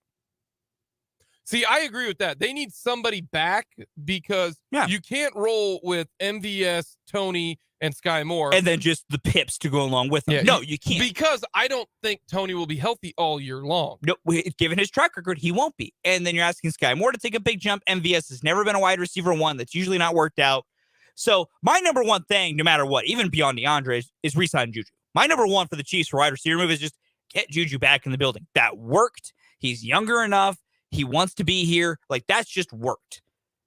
My second option would honestly be trade for someone like DeAndre. Like, yes, his money is kind of big this year, but the Chiefs can be such cap wizards. You can make it work. So you have no problems with, because I would not extend him. Like, that's what he wants. If DeAndre wanted an extension and it wasn't a massive one, I'd consider it. And I'd tell him straight, like, I'm willing to give you an extension, but you got to realize you'll be like 34 when that starts. And tell him, like, straight up, I'm willing to keep you around, buddy, but we ain't paying you a lot of money in your mid-30s. Because receivers generally do not age well at that point. But also, especially from the Chiefs, I tell DeAndre straight up if he would to come here. And what's important to note, with his PD suspension, his no trade clause got voided. It's voided, yeah. So, but I tell him, like, you're playing at least this year before we have discussions. I'm not pulling a Russell Wilson. You are playing this year to see what I got. And if you play well, we can have a talk. But if you don't play well, then you get 1 year more left, then happy trails. And that's why that's why it comes down to 2 years of 19 million and 14 million, or 1 year or 4 years of Brian Cook, or 4 years of somebody like Creed Humphrey, or 4 years of somebody like Nick Bolton. Would you rather have Nick Bolton for 4 years, or and where I go to that? I get what you're saying. I get what you're saying. Yeah. But also, I'm going to use the same phrase I've always used. Draft picks are an incredibly unknown commodity. They could be Nick Bolton or Creed Humphrey or Brian Cook. They could be Breland Speaks, who's also a second round pick. Like, it's my same debate. For the end of time, I always tell everybody, it is a known versus an unknown. But it's not a known, or it's not just simply that. It's a known with a big and that's why I say hit. If the money works. Yeah. Like, if we're going just on player, screw money. We're going player and length of time. I'm going to always lean to the known commodity. I don't know what that second round pick is. Now, it is true. If your worry is money, you go with the draft pick because they cheaper. For all the reasons you go draft pick. But if we're just going on player v player, I go DeAndre because even past his prime, DeAndre Hopkins and Andy Reid's offense will probably have more juice than your average second-round draft pick. When has Andy Reid ever had a,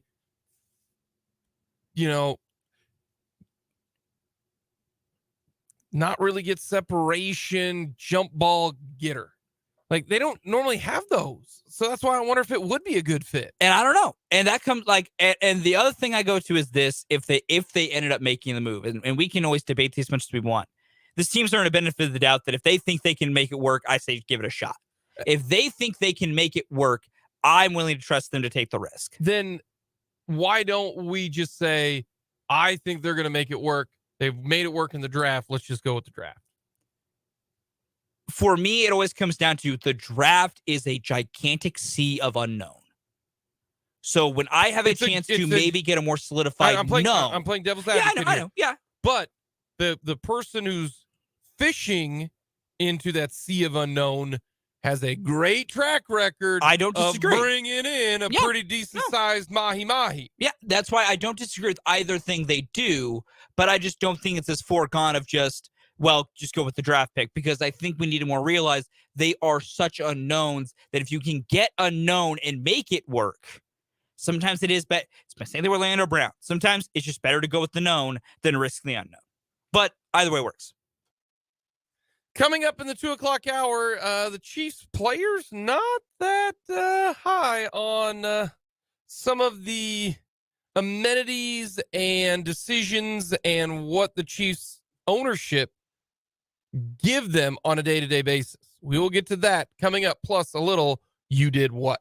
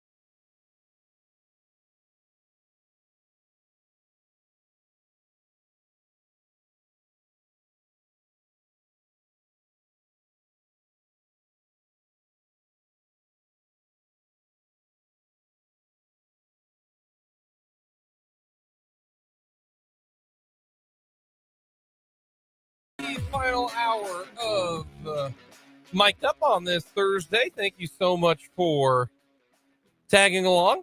Jake LeBon along with Fulton Caster with you. Let us know your thoughts. Our Big O Tires text line always open, 785-272-9429. Outside of Topeka, 785-272-9429. Hit us up on our YouTube page as well. You can let us know on our comment section. You can also go to YouTube.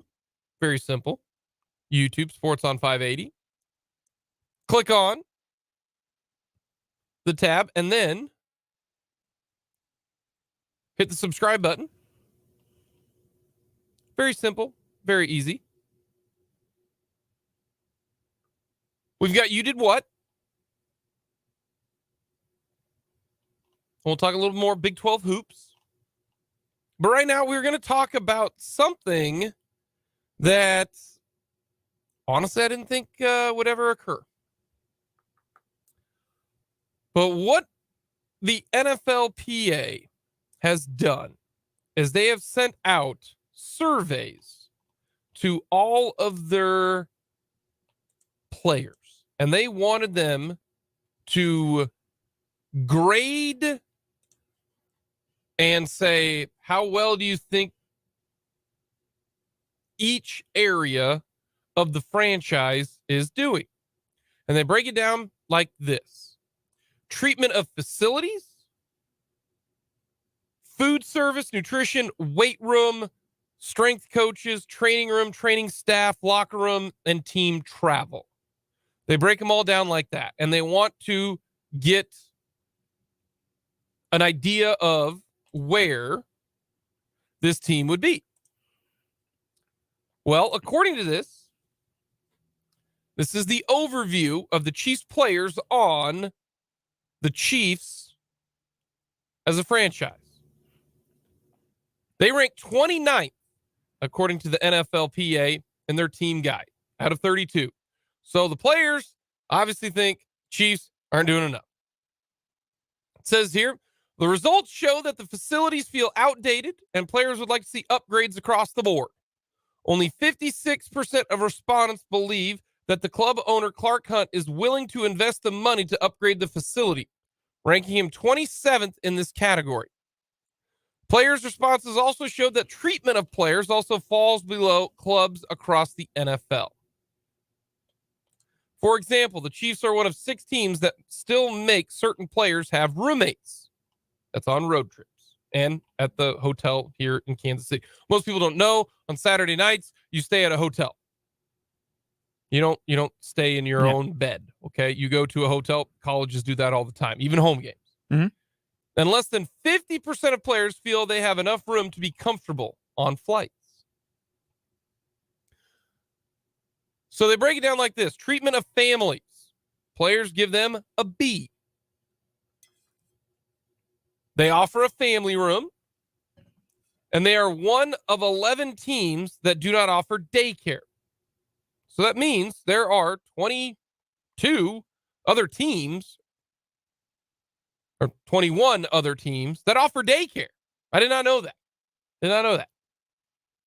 Post-gathering area ranked 13th. What about food? All 3 meals are provided for them when you're talking about quality of food. 50% of players say there is enough room in the cafeteria. What about the weight room? According to the Chiefs players, 97%, very high number, feel they have enough strength coaches, but would like for it to be updated with newer equipment. The training room. This was the one that stood out for me and the training staff. I was stunned at this. I really was. They were rated lowest among training staffs across the NFL. With the lowest rating and concerning qualitative responses, we learned that players' key concerns are with head trainer Rick Burkholder, not the rest of the training staff, which is generally well liked.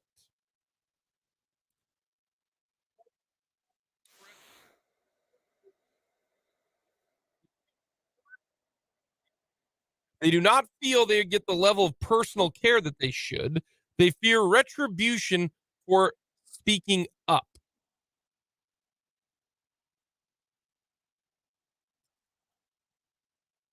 Kind of sounds like they like everybody but Rick Burkholder. And if they just had more people, that would be better. Locker room. The lockers are old and in desperate need of renovation, according to 73% of players. And they want a chair at their locker instead of a stool so they can lean back when sitting. Team travel. 60% of players feel like they have enough room to spread out.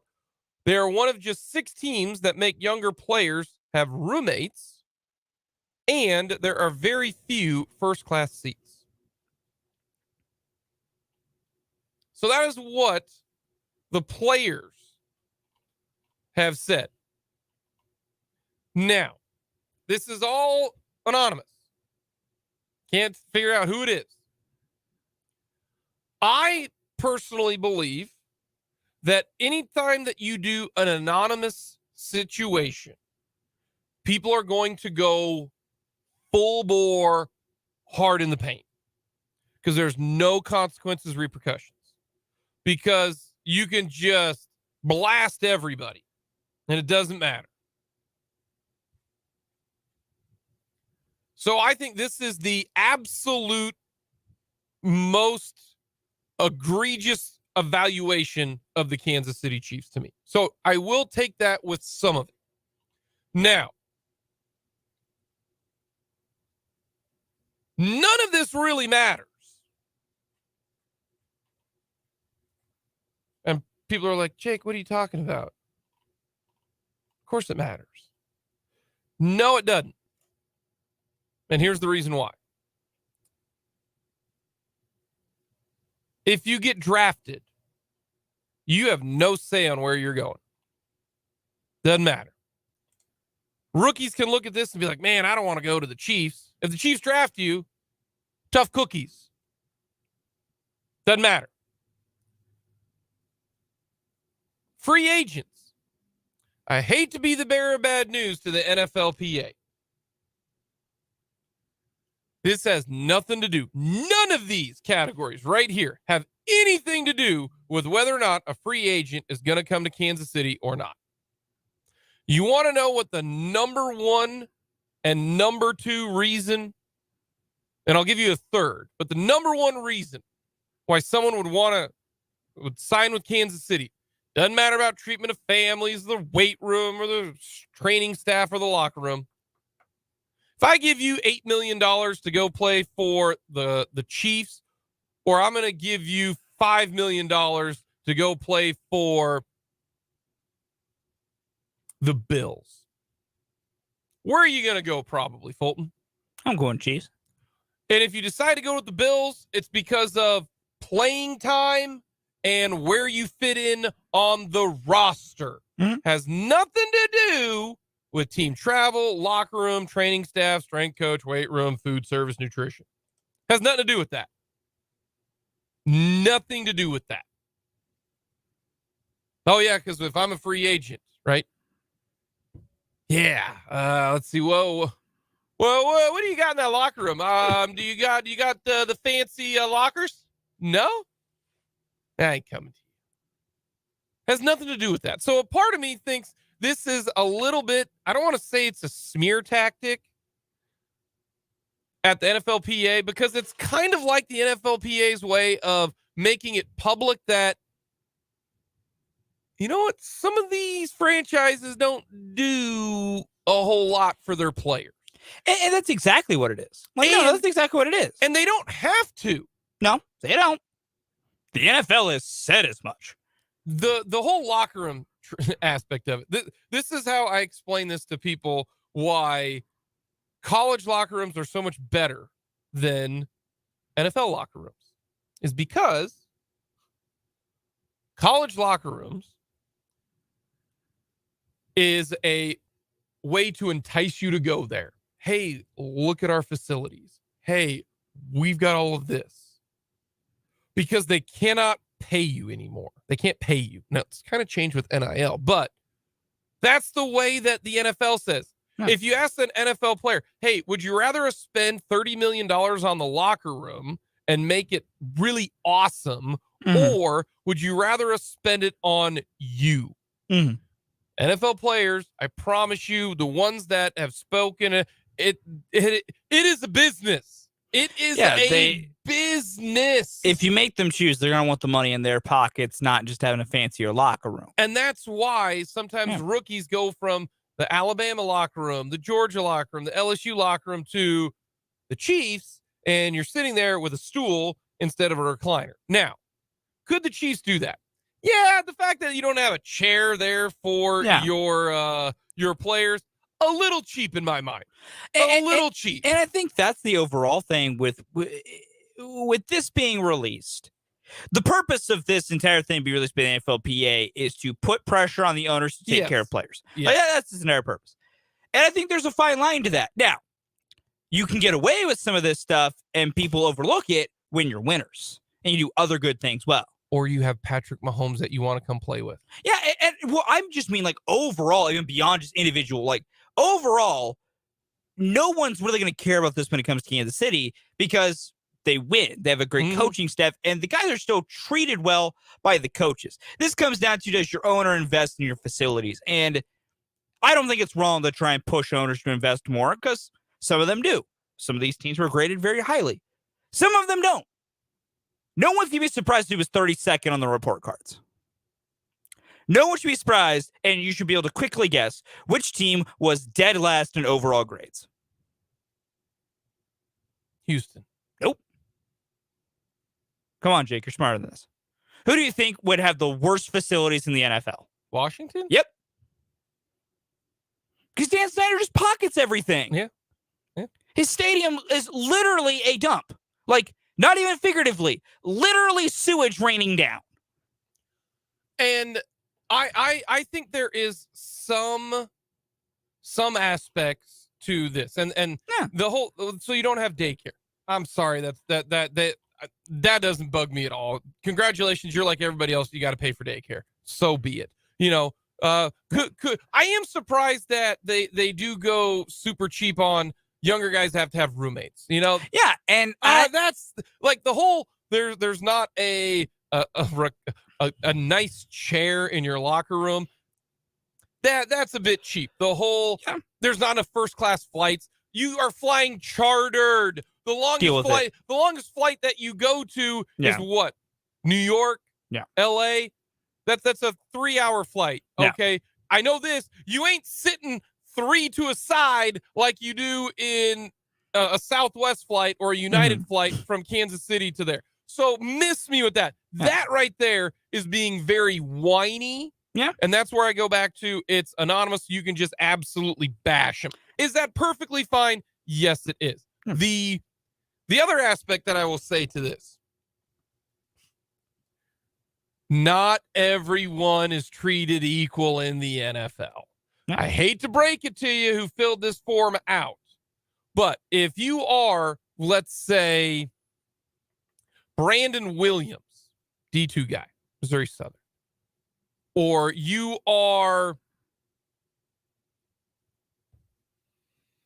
Marcus Kemp, or you are, we're talking practice squad, and, if you're Prince Tega Wanogo, hate to be the bearer of bad news, but the training staff's not going to focus a whole lot on you when they got to worry about, I don't know, guys like Travis Kelce, Patrick Mahomes, Creed Humphrey, Orlando Brown, Frank Clark, Chris Jones. You ain't going to get that treatment. It's kind of and I can't believe I'm going to bat for Big Corp here, but it feels dirty. But you have to understand, they are not going to put all their eggs in your basket. You are not their priority. So you don't get the treatment that Patrick Mahomes gets. I wonder why, and I don't want to name names, but backup fourth, Chris Lamons. I'm sorry, Chris. He might think that the Chiefs are excellent, right? Yeah. But that's just the way it works. It's kind of like in baseball, the number one picks. Bubba Starling got every single opportunity to succeed in Kansas City because they spent $5 million on him. You in the 20th round, who made it up to Double-A, had a better minor league career than Bubba. Sorry, you're not going to get that kind of a treatment. That's just how it works. The NFL cares about 30 people because the rest of them really can be mixed and matched. The key is, do you have the right 30? Do you treat them well? And does your coaching staff treat everybody as if they got a chance? Because we found out this year, Marcus Kemp, you got to treat Marcus Kemp well. You got to have him prepared, be ready to go because he can come in and he can play in a moment's notice. A rookie 7th round pick and a rookie 4th round pick. Do you treat them well enough that they feel like they belong? That's more of the culture thing. But this is all more so ownership, not coaches. This is anything that the owner and the franchise really controls. If you notice here, it's not like, do you think your coach is good? That's the case, you'd have a lot of people who are not getting the ball enough bad-mouthing their coach. Yeah. From the Big O Tires text line, you can bet Clyde Edwards-Helaire filled out one of these surveys. And that's another, you might have some disgruntled people. You can definitely have some disgruntled people who are going to use this as a place to vent. So that's why there are things you can take out of this. And a thing to look at is, and this is the overall thing I'm taking out of this whole entire thing the NFLPA has done. Owners do need to make sure they're taking care of players. Like, this is on owners. Agreed. Owners do need to use their money. Like, the thing is, though, this is not just an NFL thing. This is a professional sports nationwide thing. It's the thing I've been yelling at baseball owners about ever since last year's lockout. Stop hoarding your money, spend and invest in your teams and your players. And NFL owners, some are good at it, some are bad. Clark Hunt, the best part about him is we don't hear from him. It's great. But looking at all this, Clark Hunt, you could upgrade the locker rooms a little bit. You got the money. Get the guys a padded folding chair at least. Yeah, there's some stuff here that might seem small, but it's a small thing that Clark Hunt could do. Like, is it small for the guys to go, I wouldn't mind, something better than a stool. And you would go, it's a little small guys to be complaining about. On the same token, I just let Clark Hunt and go, you got all that oil money and Chiefs money, buddy?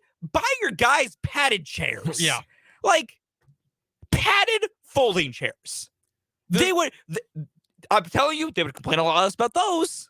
So it's some of these things I get and some of them I don't. And it's not a huge deal when reporters go into, and we're going to talk with Matt Derrick coming up on Tuesday about a lot of this. Yeah. You don't really see a whole lot of disgruntled guys when they're in the locker room, playing basketball and shooting it and someone's blaring tunes. So this is nitpick stuff. Yeah. And, when it comes to the training side of things, I look at that as that's more of that one's fascinating to me. Well, it also depends on who's filling this out. Yeah. If Chris Lamons or, and I hate bringing those guys up, but guys on the practice squad and, 50, 59, 60. If back end of the roster guys feel this way because maybe the training staff is not focused on them, or, in this case, they've called out Rick Burkholder here. Like, that's who they've called out. If, maybe Rick really does only focus on the bigger guys and that rubs some guys the wrong way, you're fine to feel that way. There's a reason why they're catering to other people. And that's sometimes the way it's done. Is that the way it should be in a utopian society? No, but guess what? If I'm the Chiefs and I if I'm Andy Reid, I say, hey, you know what? Make sure we got the right guys doing it. Now, could there be more of them? Yes, there could be.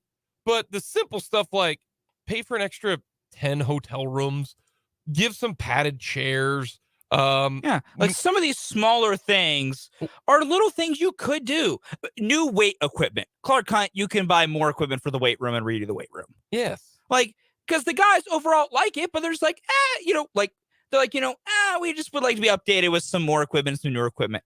Clark Hunt, you can do that. The stool thing we've been over, like, more room in the cafeteria. You can make your cafeteria. See, big. to me, that ain't that big of a I know it isn't, deal. but though, and I agree with you. I don't disagree with you. My overall point is there's so many little things here that you could point to the players to be like, well, why are you putting up the little thing? Which I think more accurately can just go to, your owner can just also spend a little bit more money to make some things better. Like first class seats. That one I think is very silly. That is the silliest one. one. It's a 3-hour flight. Yeah. Quit crying. That one I will call the silliest. You may only complain about first class flights or having room on flights if you have to make the overseas trips. Those ones I will give you. I'm all right with that. Those I'll give you. Those are really long flights. You want to be comfortable. Anything in the U.S. though, unless you're Russell Wilson and you're doing high knees. Yeah, but like Chiefs players, you're flying out of Kansas City. You're almost halfway between every place you go to. They're 3-hour flights max. You can sit in a normal size seat for 3 hours. Like that one, I'll go quit whining. Yeah. The roommates thing, I think, is a little silly because these are grown men. Even the rookies, they're grown men. Yeah. But would think $1 billion business could treat 90 players right. You'd think. Now, do they need daycare? No, they don't. Congratulations. You're like everyone else who's got to afford daycare. Buy daycare. Like, that one. It's an extra step for you guys, but that's where I talk about when it's anonymous, you can get real nitpicky. Taking care of your players. Here's what I would do from this survey if I was Clark Hunt. I would get them some damn chairs. Get us some damn chairs. Redo the locker room. Yep. Update the locker room. What I would do is I might look into maybe we can get another physical trainer, another athletic trainer or physical therapist, that type of thing. Maybe no one has to share a hotel room. So if you're a rookie, you've got, McDuffie and Watson having to sleep next to one another. In that situation. Now, when you are in college, you don't have that bill. There's only, it's a lot. You deal with it. But no. Those are the things that I'm talking about that could easily be assessed and maybe make it work. Now, overall, I don't think this is the Chiefs players are just absolutely living in poverty here. That's why in anonymous situations, you get the real bad stuff. You really do. The Arizona Cardinals, for example, they have to pay to use their own weight room, it sounds like. Yes. The Arizona Cardinals, if you work in the weight room in the offseason, they charge you. Yeah, they take it out of your paycheck. Yeah. If you eat a meal at the facility, they charge you. That's ridiculous. That seems really cheap.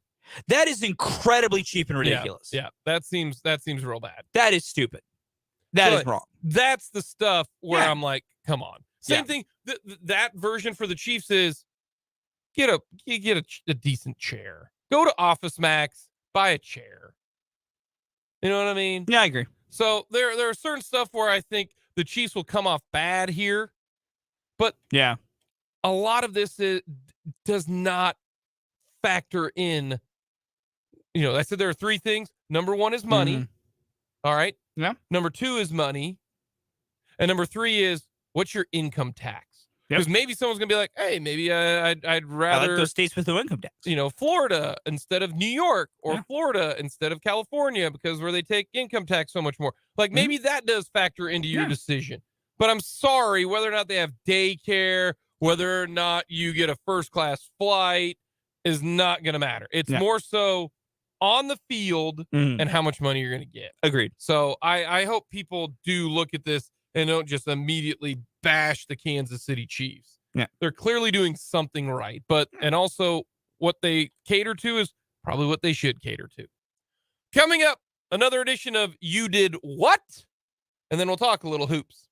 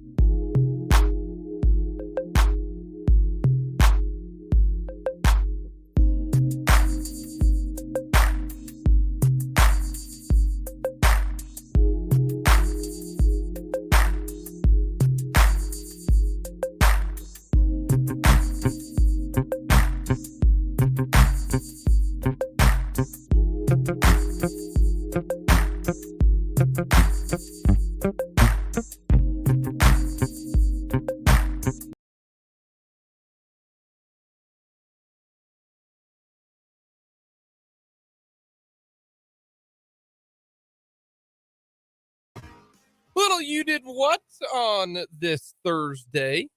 All right, Fulton, what do you got? This story came out yesterday, and I have never seen somebody relate more to the use of this world while also going, my God, man, control yourself. Matthew Meyer, the former Baylor Bear who now plays at Illinois, having a decent year. He missed practice the last few days, which was curious. Played in a game, also just had missed some practice. And I was like, what's going on? So he was asked about it, like, were you not feeling well? What's wrong? Matthew Meyer says he was suffering from caffeine poisoning because after the game that they had just played, and he had to sit out 2 days, because after the game, he went home, played video games, and drank 5 Monster energy drinks while he did so. And it made him so sick. 6 Monsters. 6. That doesn't seem like a lot. 6 Monsters. Yeah, that doesn't seem 6 full Monster energy drinks. that doesn't seem like a lot. Like, I was expecting like 10. Do you know how much caffeine's in one? No, I don't drink a lot. I don't drink that. A lot. There is a lot. Like 2 is dangerous for your heart. I thought they didn't have caffeine. I thought they had like guarine and taurine and maurine. They have a lot of crap in them. They are like 2 should be your max in a given day. He had 6 because Meyer said, quote, he likes a caffeine-induced euphoria to play video games in. The next day, he said, I could barely get out of bed the next day. It was basically like a caffeine hangover. So this is my first day of practicing since then. Okay, it says here, up to 400 milligrams of caffeine per day is generally safe. Still drinking more than 4 8-ounce, 240 milliliters servings of energy drinks per day may cause negative effects. So 2 16-ounce cans of Monster may cause negative effects due to excess caffeine. So 2 of those. Mm-hmm. And he had 6 in a day. He had 1 before the game and then had 5 after the game. Like, brother, caffeine-induced euphoria to play video games. And listen here, Matthew Meyer, because I'm allowed to interject points on this. 1, because I'm older than you, so I can actually kind of get in a point here. 2, brother, if anyone spent many a weekend night, especially in college, just playing video games, you're looking at that loser right here. Why the hell do you think you needed to cripple your heart with 5 Monsters to play video? Like, that is asinine. Like, brother, I respect it. You wanted to go home and have a good day. Are you like Hulk Hogan here, brother? Like, what are you? I don't know, man. Listen, I get it. You wanted to chill after the game. I feel you. That's a great way to relax. I'm with you on that. But Matthew Meyer gave himself caffeine poisoning Because he was like, I got to slam 5 of these and play video games all night. Like, dude, that is ridiculous. It is insane. So there are 2 servings in a Monster Energy drink. Red Bull is often a 1 serving drink. So if he had 6 Monsters, he had 12 servings. You're not supposed to consume more than 2 servings. Yep. So 1 Monster a day keeps the doctor away. Sure, let's go with that. Actually, it's more like 1 Monster a day, the doctor you will eventually see. Well, no, it says here, do not consume more than 2 servings. You do that every single day, you might start causing problems. Well, then the health journal needs to addend their, well, they should. They also say if you're drinking energy drinks, do not add coffee, tea, and chocolate to your diet. No. Okay. So that is a lot more than what you should. Yes. As if you sat here and were just like, that doesn't sound too bad. No, that's how bad it is, Jake. It's so bad what he did is. Here's the other thing, too. This guy's in great shape. That's why I feel like he should be able to handle 6 Monsters. He's a college kid. There is great shape to be able to handle more. Then there is just injecting pure speed into your heart and causing it to beat 1,000 times a minute. It's a lot. Okay, no, but hear me out. I'm not trying to defend Mr. Meyer here. Sounds like you are. No, he's an idiot. He's a giant idiot. But literally and figuratively. But this is not the first time that he has done this, probably. He's probably drank 2 or 3 Monsters before. Probably. You don't usually go cold turkey to 6 Monsters in a day. Exactly. That's why I'm surprised he got taken out this long, because I know people who put down 15 beers in an evening and they are right as rain. That's its own thing. But it's kind of the same. You see what I'm saying? Like, yes and no. Yeah, like I know. This isn't his first rodeo. It's not. So he also should have known better. But he also thought, I've done 4. It's kind of like someone who can pound a 12 beers and just be buzzed and is like, I'll try a couple 13 more, and we'll be totally fine. Where if I do that, I am on the floor sleeping. Yes. So it is. My man literally finished a game, went home, pounded 5 energy drinks to play video games all night. He is truly us. Now, did we actually get the most important aspect of it? What's that? What was the flavor? We do not have confirmation of the flavor of drinks he had, nor do we know what video game he was playing.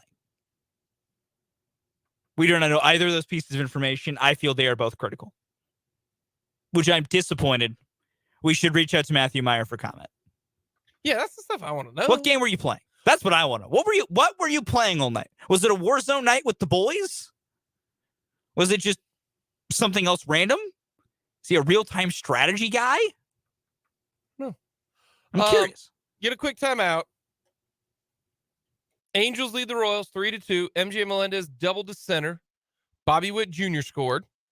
And then Big Sal drove in an RBI. The Royals are down 3-2 right now in the... Oh, that has happened in the first. We'll say this. Mr. Mayers, Mike Mayers for the Royals. No one knows who this guy is. He gave up 2 runs in 2/3 innings, and he wasn't good. Walked 2 guys. Obviously, putting the mitt right in the middle didn't help him. And is Mike Trout playing? Not Mike Trout nor Shohei Ohtani in the lineup. I would not be surprised if Shohei is already in Japan. Facts. Bobby Witt Jr. 1 for 1. Melendez 1 for 1. Sal 1 for 1. Not a bad start. Coming up next, we'll talk a little Big 12 hoops.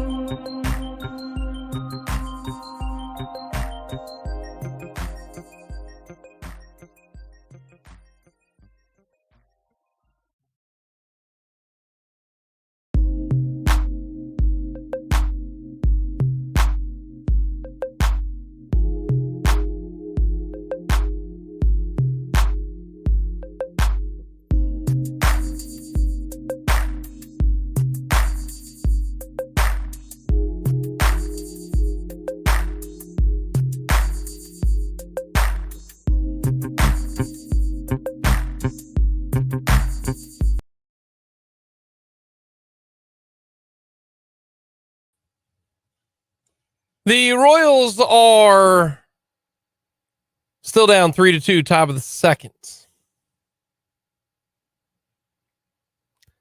They are 5-1. Ooh, this is a battle for the top of the cactus.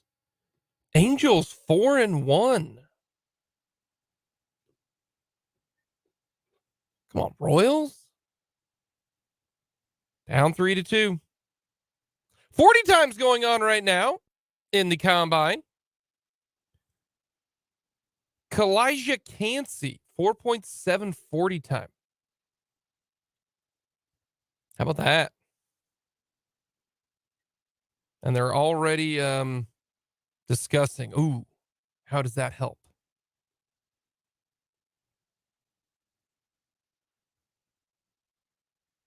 Big deal. Yeah. Do you, speaking of 40 times. Oh, no. Do you remember when Chris Jones ran his 40, fell down, and his manhood fell out? I do. That's very funny. But he didn't secure some things. He fell, and the whole world got to look at Chris Jr. Now, it's not like blatant, okay? But he did. His Yep. His junk fell out. Yep. Oh, that was very funny. That's still hilarious. Oh, it was very funny. He fell down. He did. Because I think first, the NFL Network didn't notice that part happened. They're just like, oh, we're going to show the slowdown of him falling.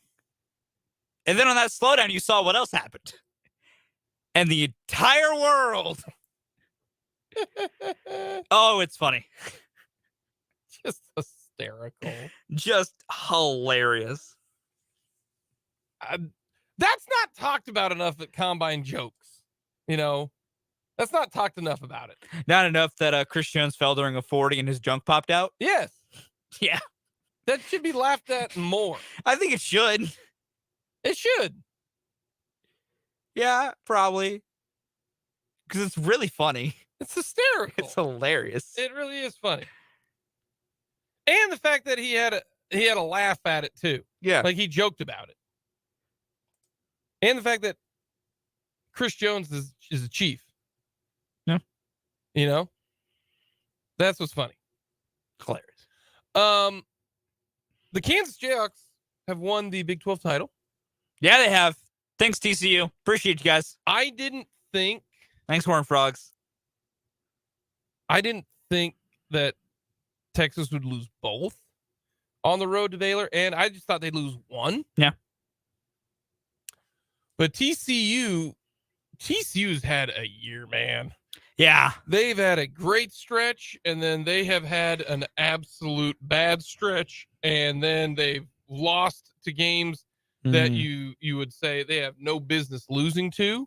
But TCU is one of the teams where they could go to the Elite Eight, but TCU also can get bounced in the first round because they'll probably be a 5 seed would be my guess. And TCU, they had lost 4 in a row. They lost to Oklahoma State, K-State, Baylor, Iowa State. And then almost beat KU, beat Tech, beat Texas. Now they're going to play Oklahoma. You know, they lost to West Virginia. I mean, they've had an up and down year, and their non-con was an absolute joke. They didn't play anybody. In fact, they played, I mean, when you play Arkansas Pine Bluff and Lamar, Northwestern State, and they lost to them, that was incredible. Their schedule hasn't been great, but they could be a team anyway. They actually gave it to Texas pretty good. Texas, they did. Texas came back and made it a game, which credit to Texas. But TCU was up big. Yeah. Texas came back. TCU ends up getting the win. And thanks, Frogs. I don't know I have no idea what to expect now on Saturday. Put your mortgage on Texas money line. You think KU's just not gonna go down there and I love the Hawks. I'm wearing once again my KU Circus font sweatshirt today. Looks great. It's fantastic and very comfy. Like, oh, it's perfect for this weather we're dealing with right now. That being said, history tells me when KU has the title locked up, nothing really to play for.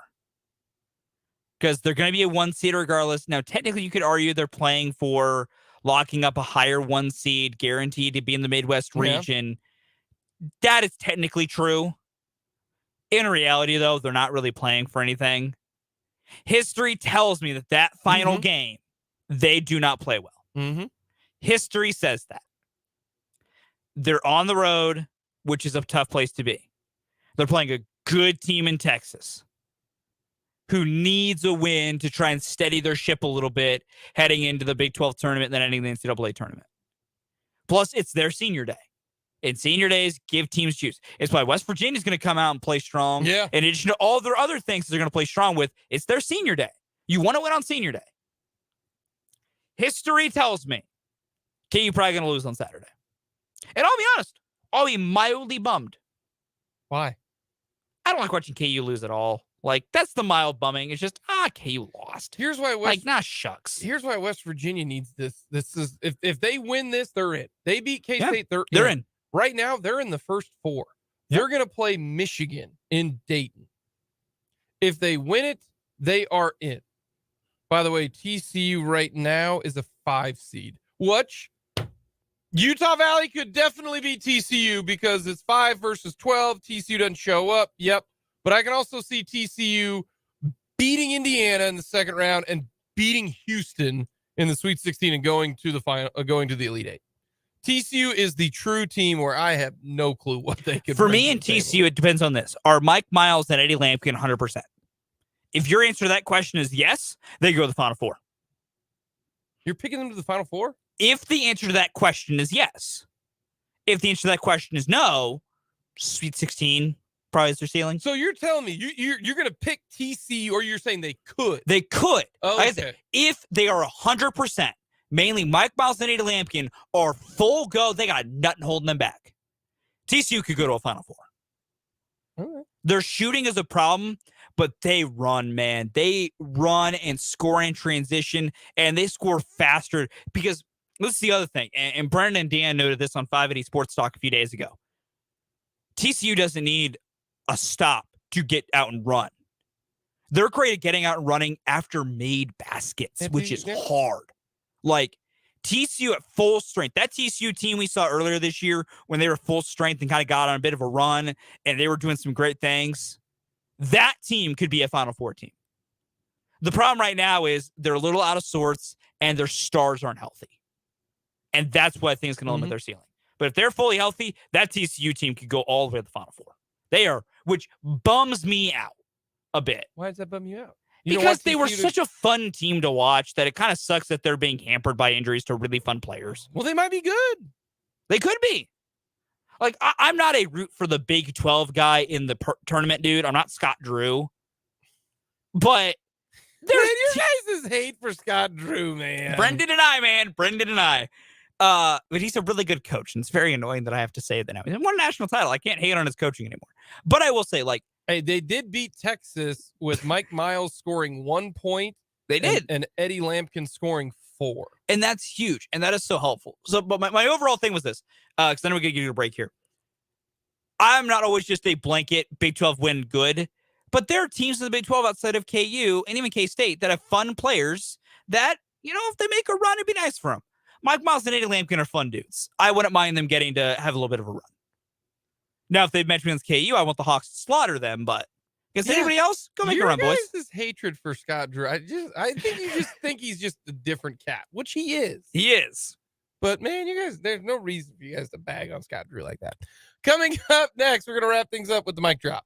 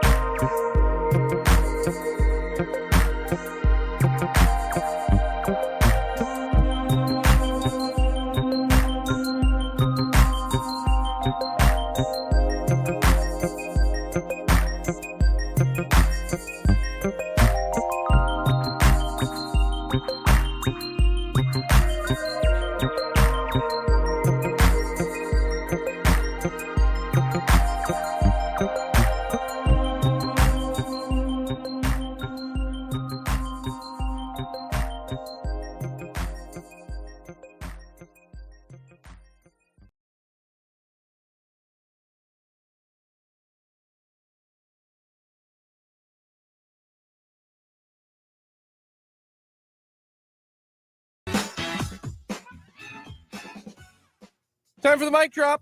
Fulton, what do you got? Your Kansas Jayhawks are Big 12 Conference champions yet again. 17th time on head coach Bill Self. 64th time overall. They're amazing. They're awesome. And it's delightful. And I love every minute of it. Rock chop. Salvador Perez just stole a base. Yeah, he did. And it wasn't like a pass ball or anything. He's got the wheels. That's wild. New rules. They're great. They really are. That's incredible. Coming up, we got 580 Sports Talk. We got some hoops coming up this evening. We got, of course, state tournament coming up next week. We had a lot to get to. We'll talk to you tomorrow at noon here on 580 WWW. And Doug. Hey, listen.